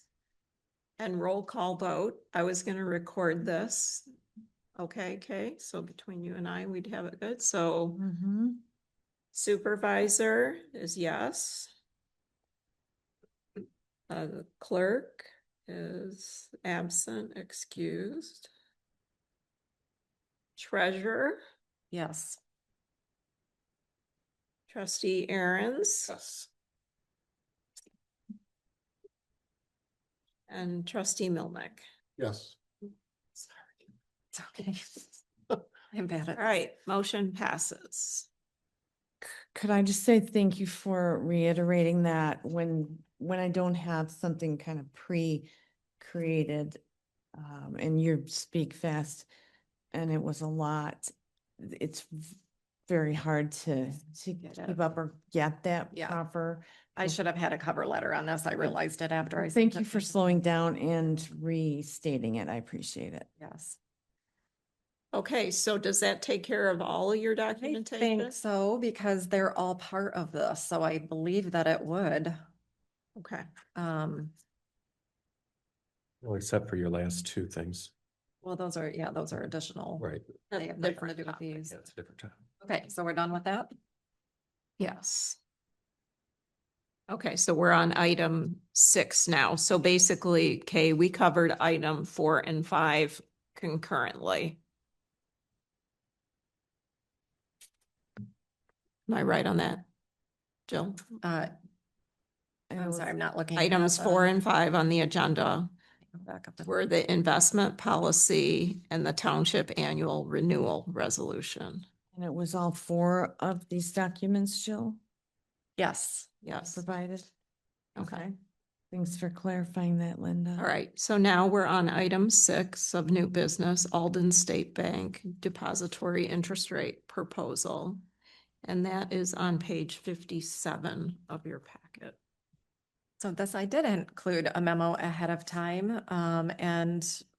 As far as I could tell, we have not ever had any kind of investment in our township, at least not in recent history. I could find no record of it. I am responsible for trying to get the best return on our money that we possibly can. And there's a lot of guidelines that are in the investment policy of what we can do. I have spoken to Michigan Class, which is what most treasuries use, treasurers use. And also a wide variety of banks where we called around and asked for what they had in terms of CDs and interest rates and so on and so forth. It came down to Alden having the very best rate and the simplest program. It was by far the kind of the best choice of what we were offered.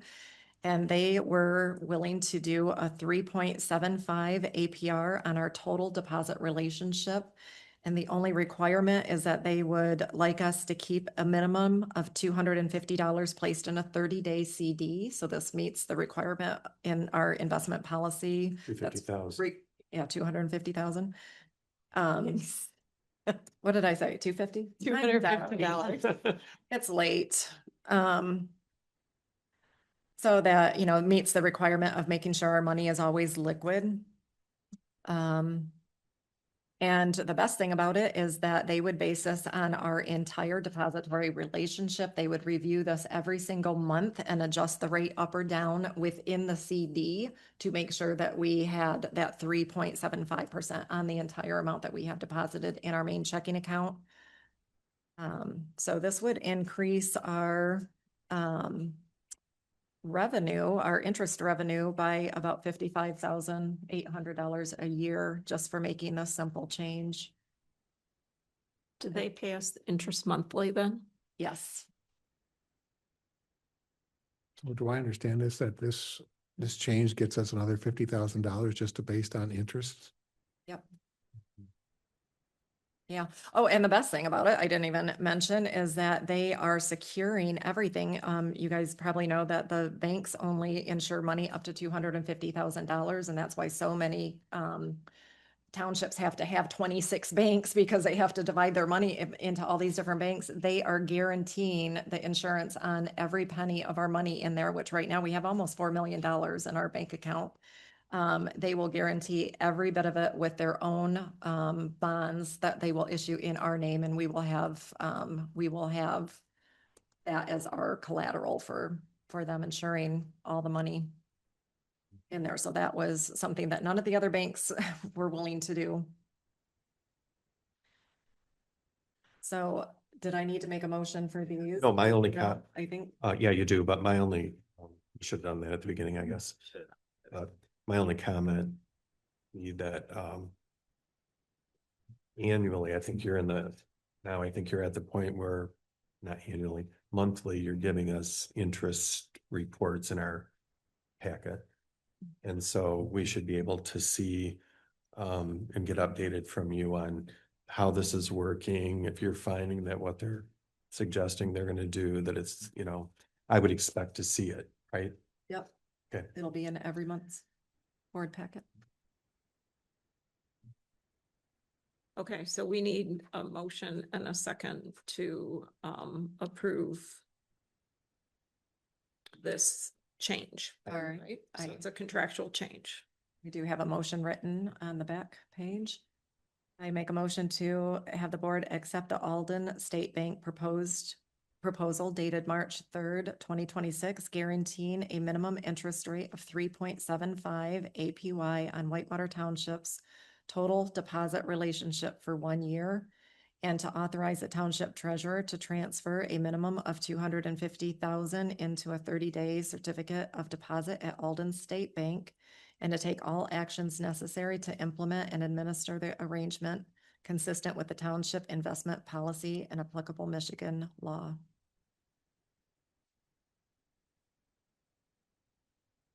I'll second. So motion made by Kester, seconded by Aaron's. All those in favor? Aye.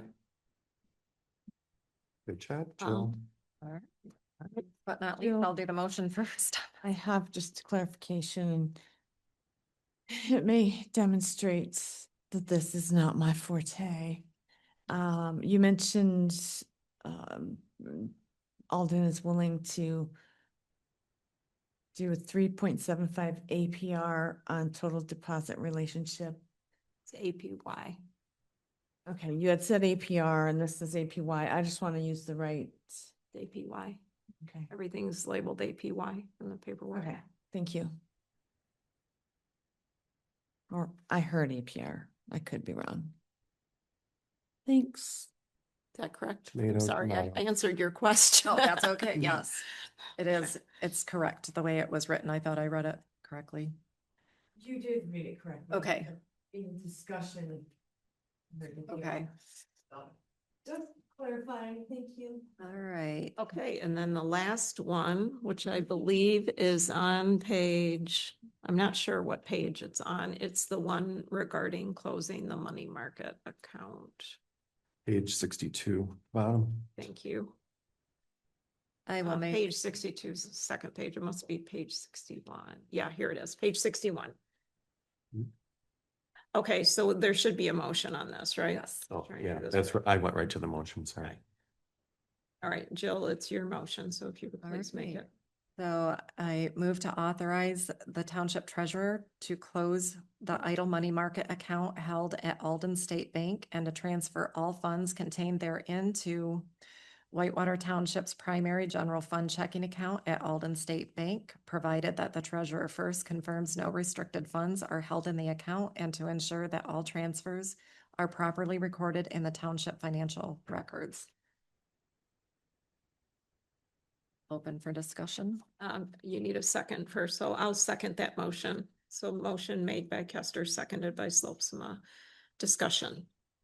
Tim? I have a discussion. So, well, a comment. I noticed that Jill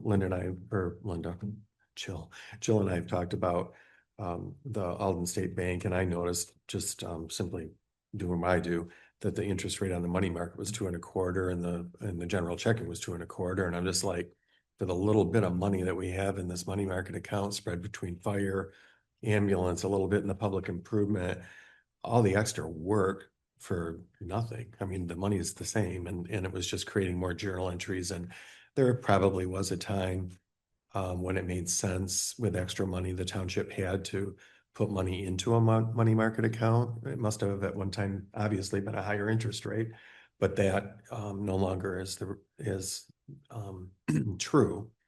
So the other thing on the motion is, how are you going to ensure that all transfers are properly recorded in the township financial records when you're not the one that does that? Are you going to write the journal entry to transfer the interest in the financial statements for Wendy to post, or how? I don't know what you meant by that part of the motion. Well, I guess if it wasn't done correctly, I would have to bring it to the board. I'm not physically the one doing it, Right. but yeah, it needs to, I mean, it is a simple transfer that could be confirmed if we can get the person that is in charge of doing. I'm just saying with the bank, you're gonna have to, what is the cutoff? You're gonna get the final bank statements, and you'll have that last month of interest, and you're just gonna have to write a journal entry to move everything out of 03 into 01. Yeah. Right, okay, so. All right, other questions that people have? Is there any idea why this was done in the first place? We couldn't really find any information on it. I spoke with Kathy up in Alden. I think it was her. This was a really long time ago.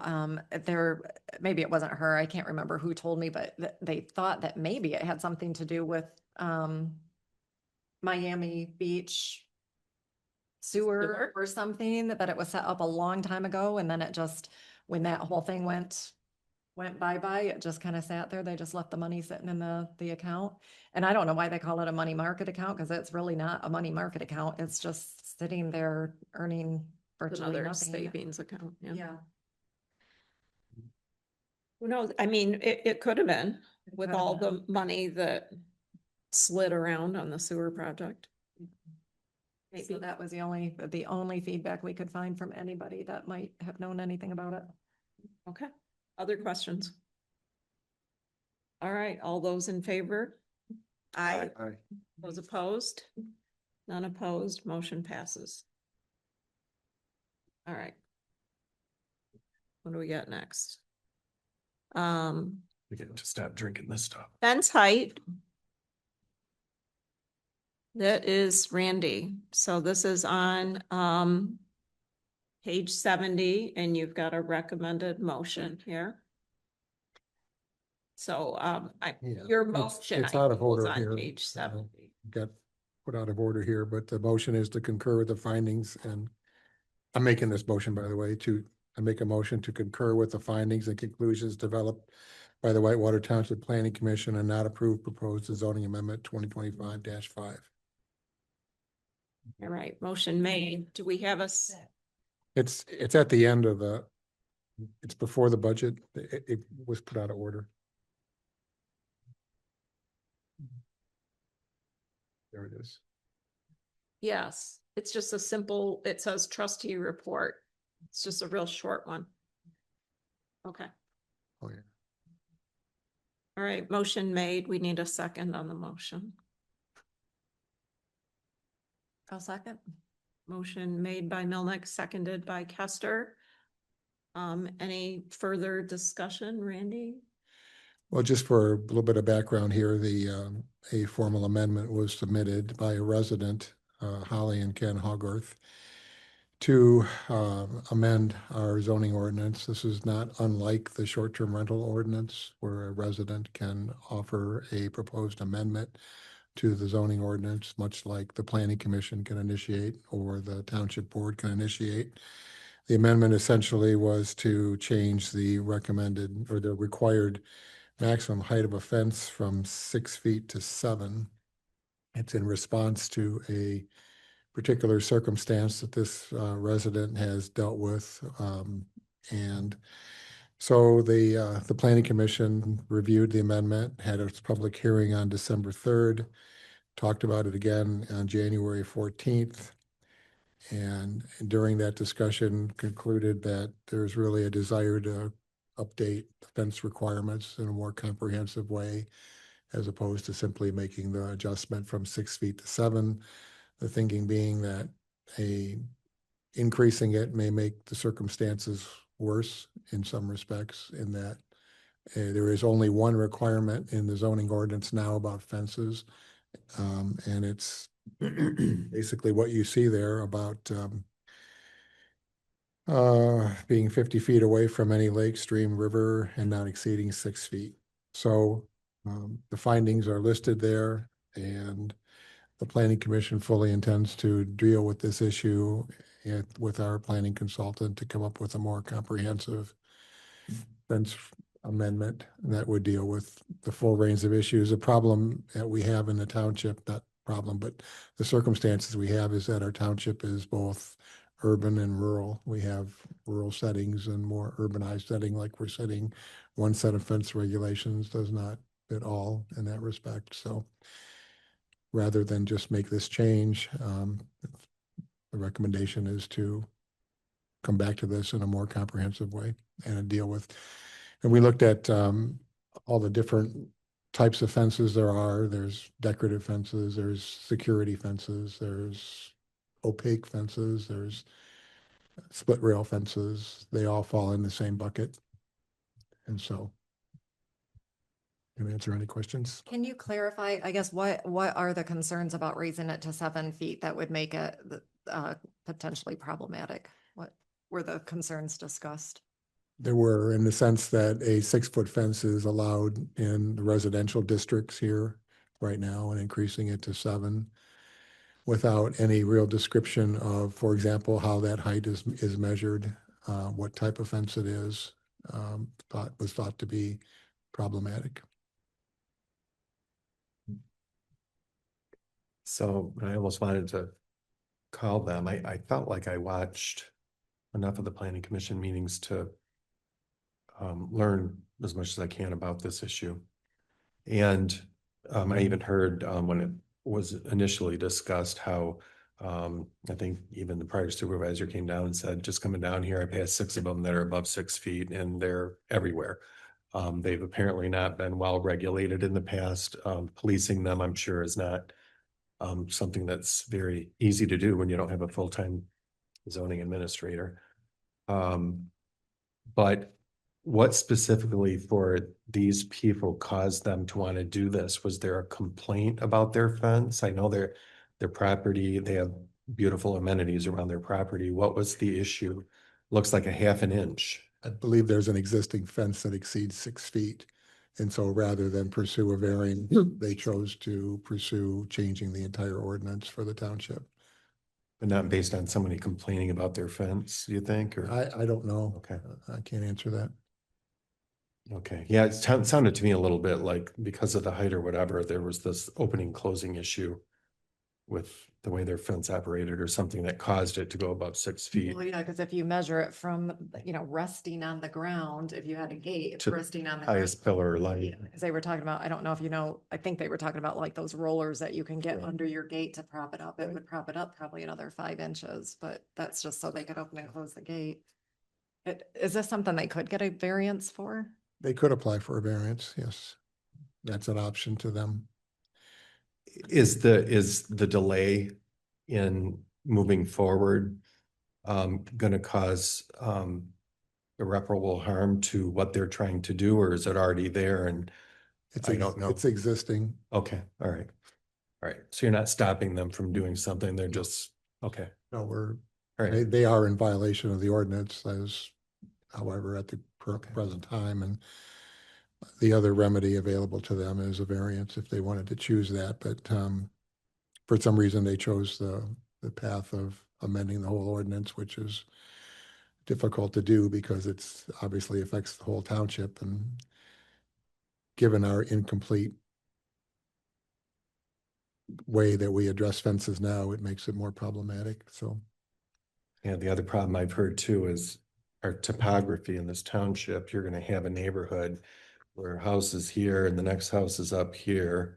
And you only allow a 6-foot fence, they get no privacy with 6 foot, and maybe 7 they can, or, it's a lot to that issue. I agree. All right, you guys ready to vote?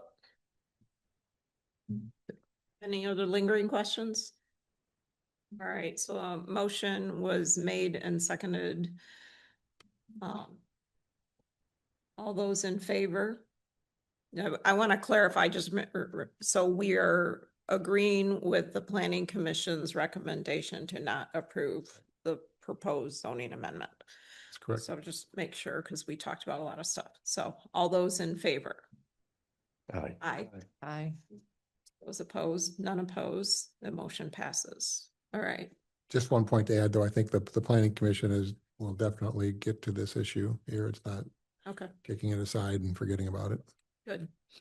All right, the last thing on the new business is the budget draft. Tim? Yep, this is just in here as an introduction to the public. A copy is on the table for public inspection. And it's posted on our website. And it's now in this packet.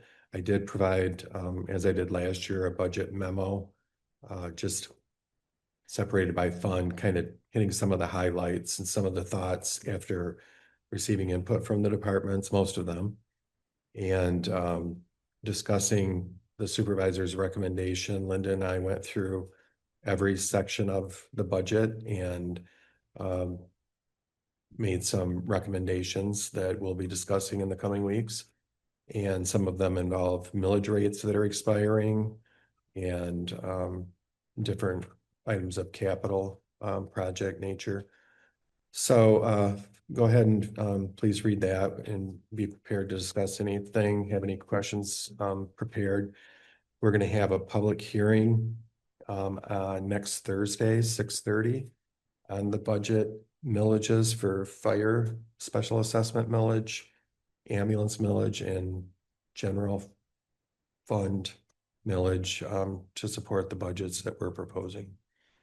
And that night, after the public hearing, the plan is to review the fire fund, the ambulance fund, and the park and recreation fund.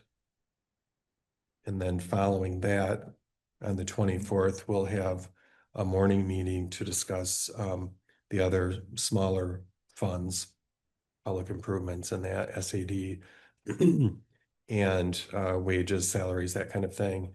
And discussions of the general fund. What we don't accomplish or finish up on the 24th, we'll discuss on the 26th.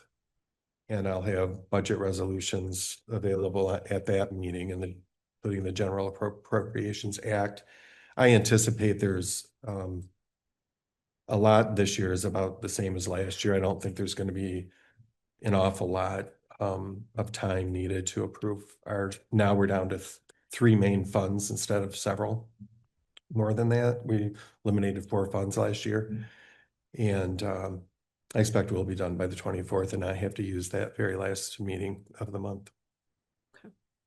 Tim, you had also said that 31st was a long shot if.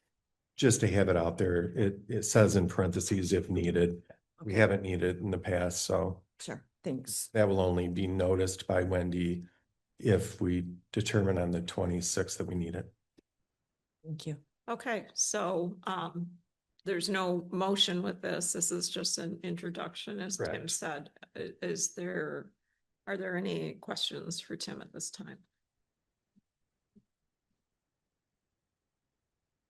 Has the information on the 24th come out? I do not have that on my calendar, so this is the first I'm hearing of it. We approved that at the last meeting when we set the dates. I had a budget Let's memo in just that make packet. sure that it's, what time is that? That one's at 9, I think 9 or 10, 9 AM.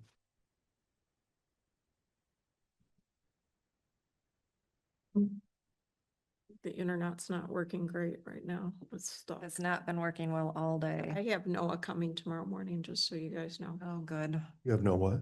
Noah coming tomorrow morning Okay. to work on the internet. It's been spotty today. Joe noticed it. He tried And to I reach- called Noah right away because we have the border review tomorrow and we use the internet for Oh, that gosh. function. Maybe we need to get fiber to the building.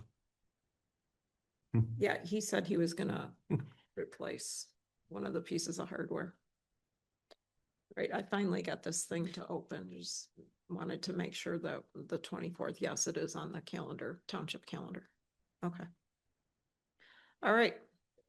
If there's no further questions, then we will move on. We have no tabled items. Board comments and discussion. I believe we actually, did we put that? We put it in the packet. So just coming back, this is just so I can get a general sense from you guys, whether you're comfortable proceeding. So this is regarding the post office again. So the post office property owner, which is not the Postal Service, contacted me just in the last few weeks and said that they are interested, our fire department property, sorry, I'm scrolling down my packet trying to get to the thing, is our fire department property has a dog leg behind it that actually goes behind the post office property. And they are interested. They did kind of a survey looking for other property, and they have decided they want to expand the existing post office, but they need more space.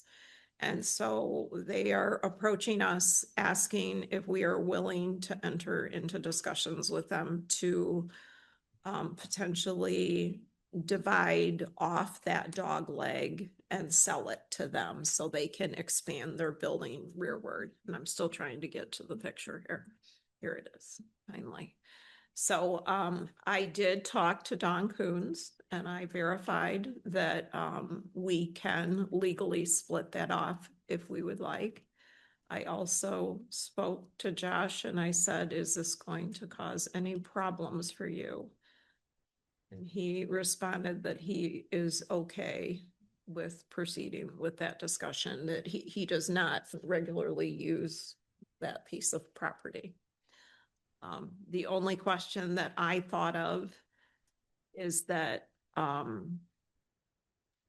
would like to just double check with the health department to make sure we understand where the field for the fire department, where is the reserve field, and make sure we're not doing something foolish here. The dotted white line is our property. Yes.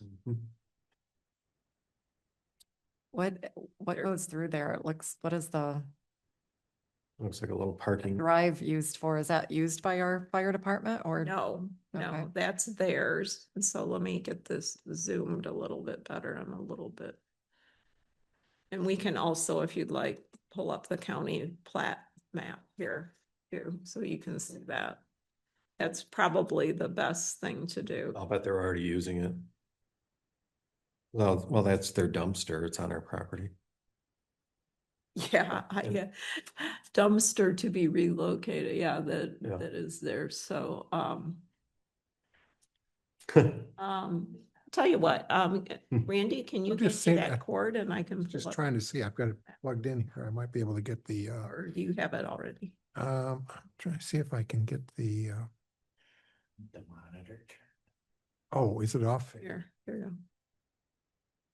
I don't know if I'm at the right angle. There you go. Let me see if I can get to.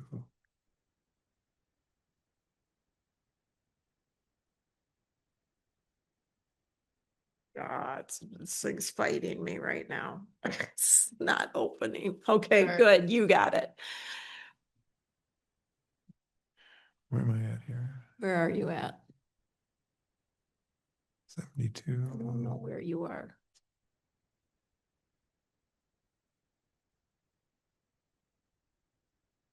Oh, there's Elk Lake. You need to go to Oh, the okay. left.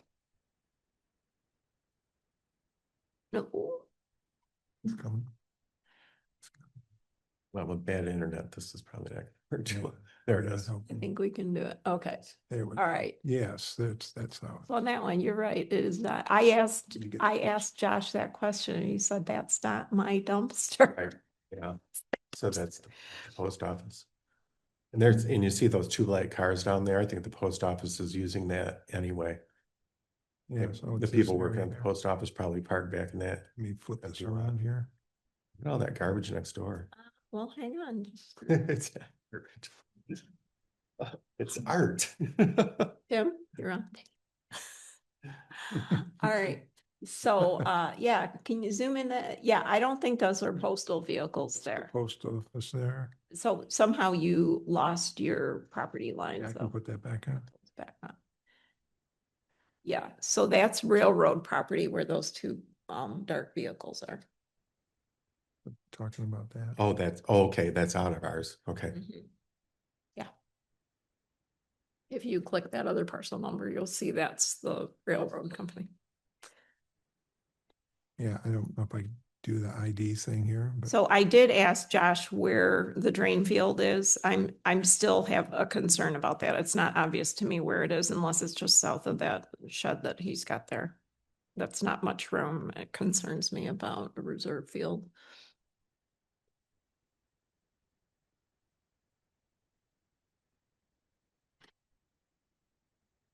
Well, these aerial ones, you can always tell look at your own house and see if you need new shingles.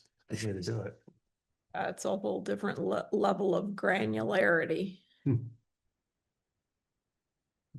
So wait a minute, that looks different now. yeah, I flip it. Okay, I just flip the I know, but it almost looks like Oh, never.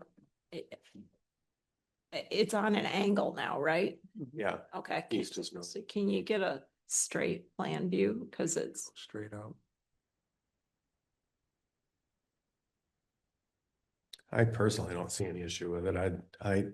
If you're looking for discussions, yeah, so I'm sorry, but can you put those lines back on there? So is that drive ours or theirs?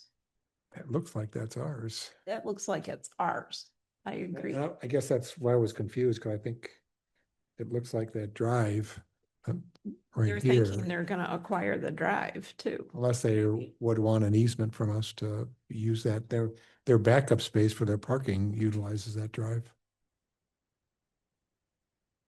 All right, but somehow we also would need to set a price for this and all that kind of stuff. And I know when we talked about the other piece of property across the road, I talked to Dawn and she gave me an approximate appraisal since she does that for us. Assessed value for that property. And so it would have to obviously get to the point of asking that question. So again, the purpose today was just to say, does anybody have any specific concerns? Excuse me. Josh did say occasionally he might park some trailers back there, but never really has.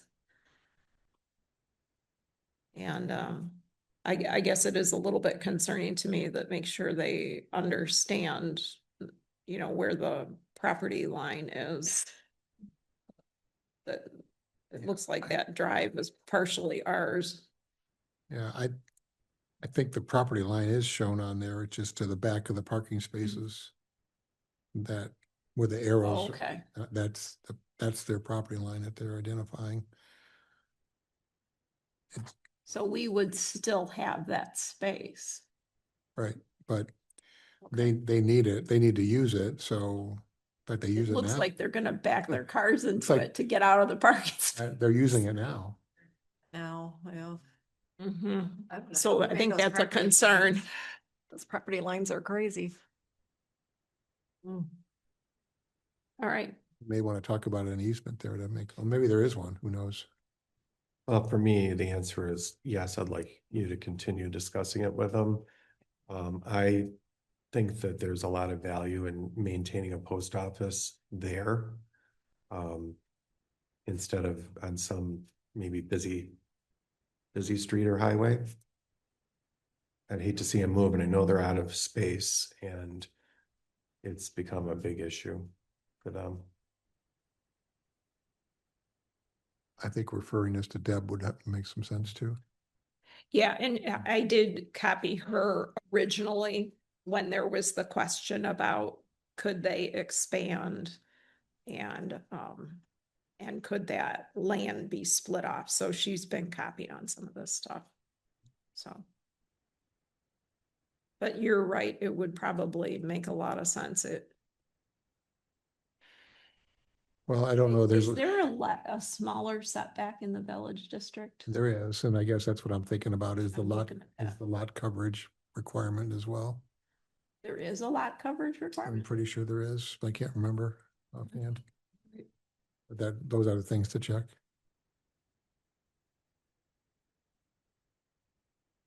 Okay. All right, so more to come on that. Any other board comments or discussion from anybody?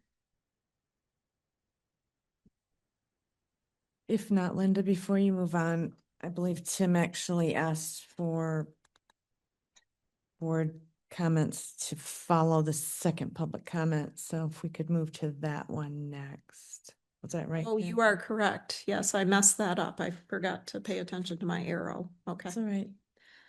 All right. Unless there were more comments before we go. I I noticed think- that, but I just thought. We have announcements next. So, next township board meeting is next Thursday, a week from today, March 19th at 6:30 PM. That's the special meeting to cover budget public hearing. Okay, other board member announcements. Okay, so now we're gonna take public comment and then we'll circle back around to board comments. All right, public comment. Does anybody like to make a public comment?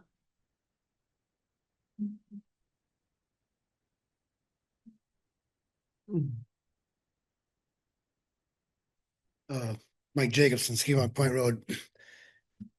About the post office, if you were to sell them that piece of property, it looks to me like they might be able to use what they're using for parking now as a driveway and park behind the building. Because I believe Randy's right, they can only cover so much of the lot with a building. So you might not have to give them an easement. It looks like they might have enough room to drive down the side of their building if they weren't parking there. Secondly, this Maple Creek Natural Sanctuary, this is going to put if this acquisition is made and this property is open to the public, this addition will put more pressure on Mr. Osterhaus's property. And what I mean by that is, once this property is open to the public, there will be many people who will trespass across his property to access the natural sanctuary. I'm not guessing about this. I'm telling you what has happened in the past. I've lived on this trail for most of my 63 years and speak from experience. Not only are we talking about deer hunters, we also see mushroom hunters, antler hunters, bird hunters, bear hunters, small game hunters, and hikers. Many people won't walk all the way to the north to get to the sanctuary just to have to turn around and walk southerly most of the way down his west property line to get to the huntable land. So you need to keep that in mind. Also, I think Tim was absolutely right about the topography of our township. I like this 7-foot high fence. I wish it could be higher. I have a piece of my property. A 7-foot fence would not stop somebody from the road to be looking right into my yard. And then lastly, I hope the board can find a way to incorporate the input of your research group on the STRs when it comes to the questions on the survey. From what I've seen, that group has people on both sides of this issue, and the board seems to be mostly on one side of the issue. That being said, in my opinion, if the board alone okays the questions, the survey could easily be slanted in the direction they want. As we've clearly seen, there are many people on both sides of this issue. Hopefully, the board can find a way to include equal amounts of people on both sides to okay the questions. This would leave the whole community feeling equally represented. It was a great meeting tonight. Thank you all for your time. All right, thank you, Mike. Denise? Denise Peltonen, 10610 Elk Lake Road, Williamsburg. I do have a request that if we had discussed at the Planning Commission about a joint meeting, scheduled date, maybe in April, we had a selection of dates. And if at your next board meeting, you could discuss that, maybe come up with one of them so we can relinquish the other 5 dates that we reserved on our calendars. Secondly, you approved the short-term rental survey request, budget request, and I was hoping that also we could include questions regarding a cidery winery ordinance for the township. Many people are unaware of the ordinance at this time that's being developed. I've spoken to a couple of people in different corners of the township who had no idea, and they thought about it, and I asked them to submit their thoughts, and they did. But before I called them and asked them to look at the website and think about it, they had no idea, and they're normally somewhat engaged.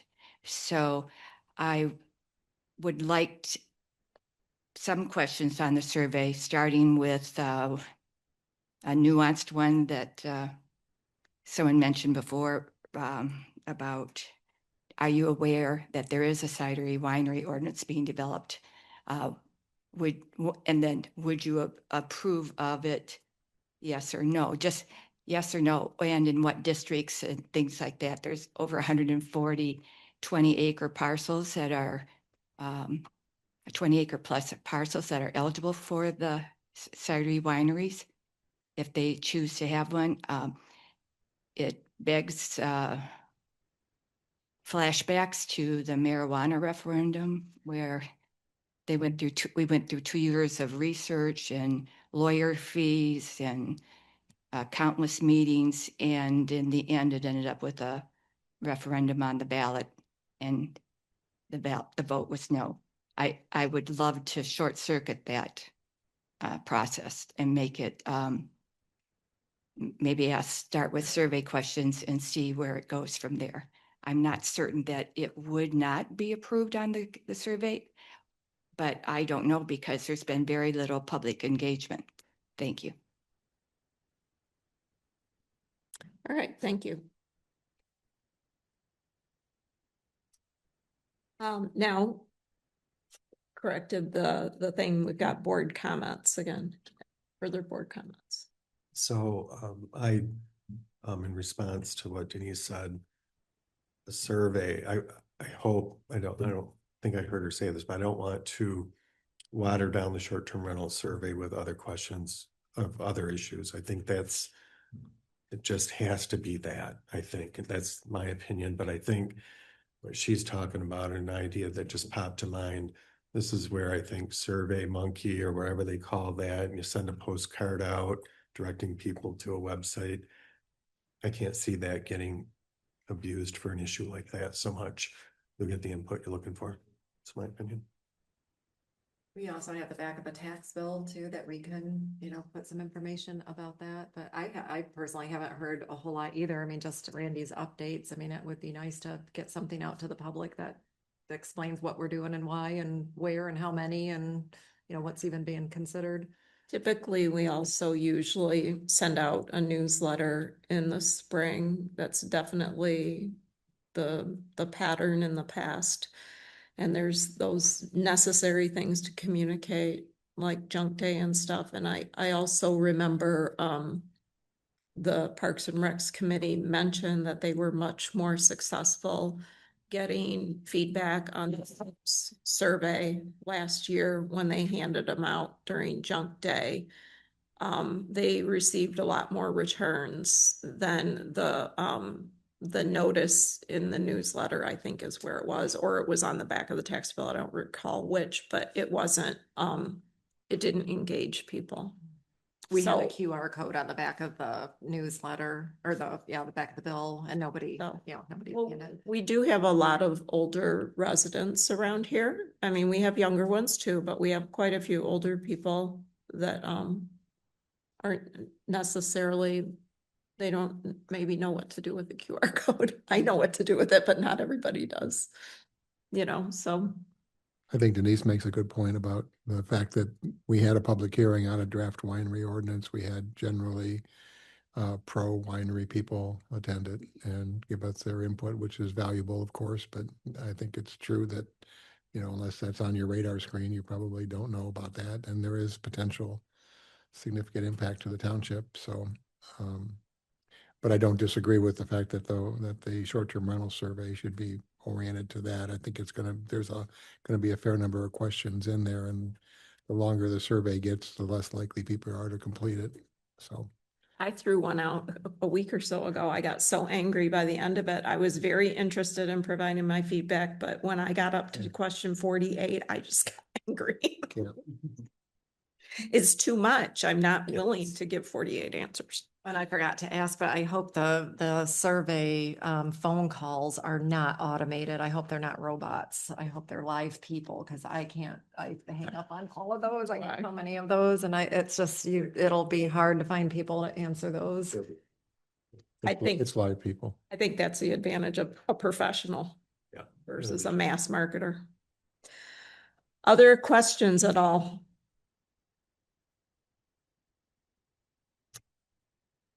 Okay, I actually do have one other thing Jill brought to my attention, again today, problems with OneDrive and accessing files. And so I will get with Noah on that and try and figure out why does that continue to be so hard for us?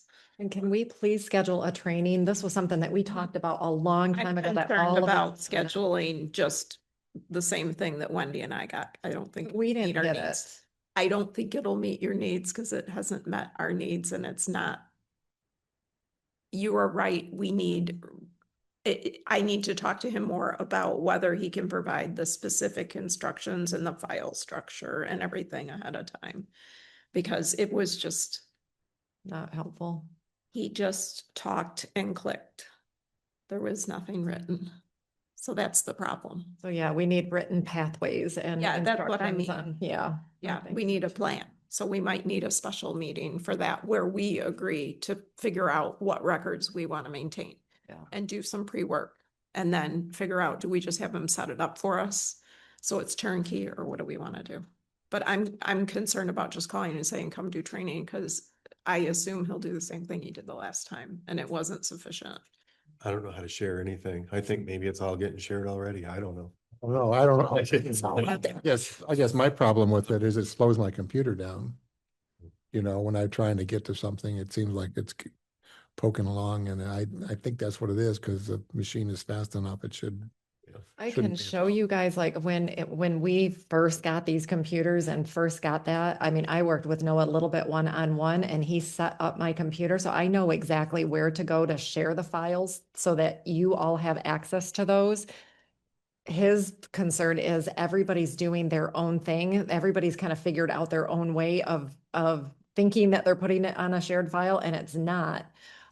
For example, the reason why I called him today is because I was looking for the updated policy and procedure manual because Wendy has supposedly put that on OneDrive and I can't access anything other than the own things that I have shared in the shared file. Like there's nothing from any of you guys in the shared file, but Noah said because none of you guys are using the shared file, I can. there was a I can different way access of you guys what's- doing it. That's where I get the PNP stuff. So he found it a weird way that I would have never known to go in. He went to the online version and typed in Wendy, and then we had to search within a file. Like it didn't just pop up, but I'm just curious if you guys, is your computer still on? So We're still in the Hey, meeting. hang on, yeah, so I think we need to wrap this up, so I'll make a motion to adjourn.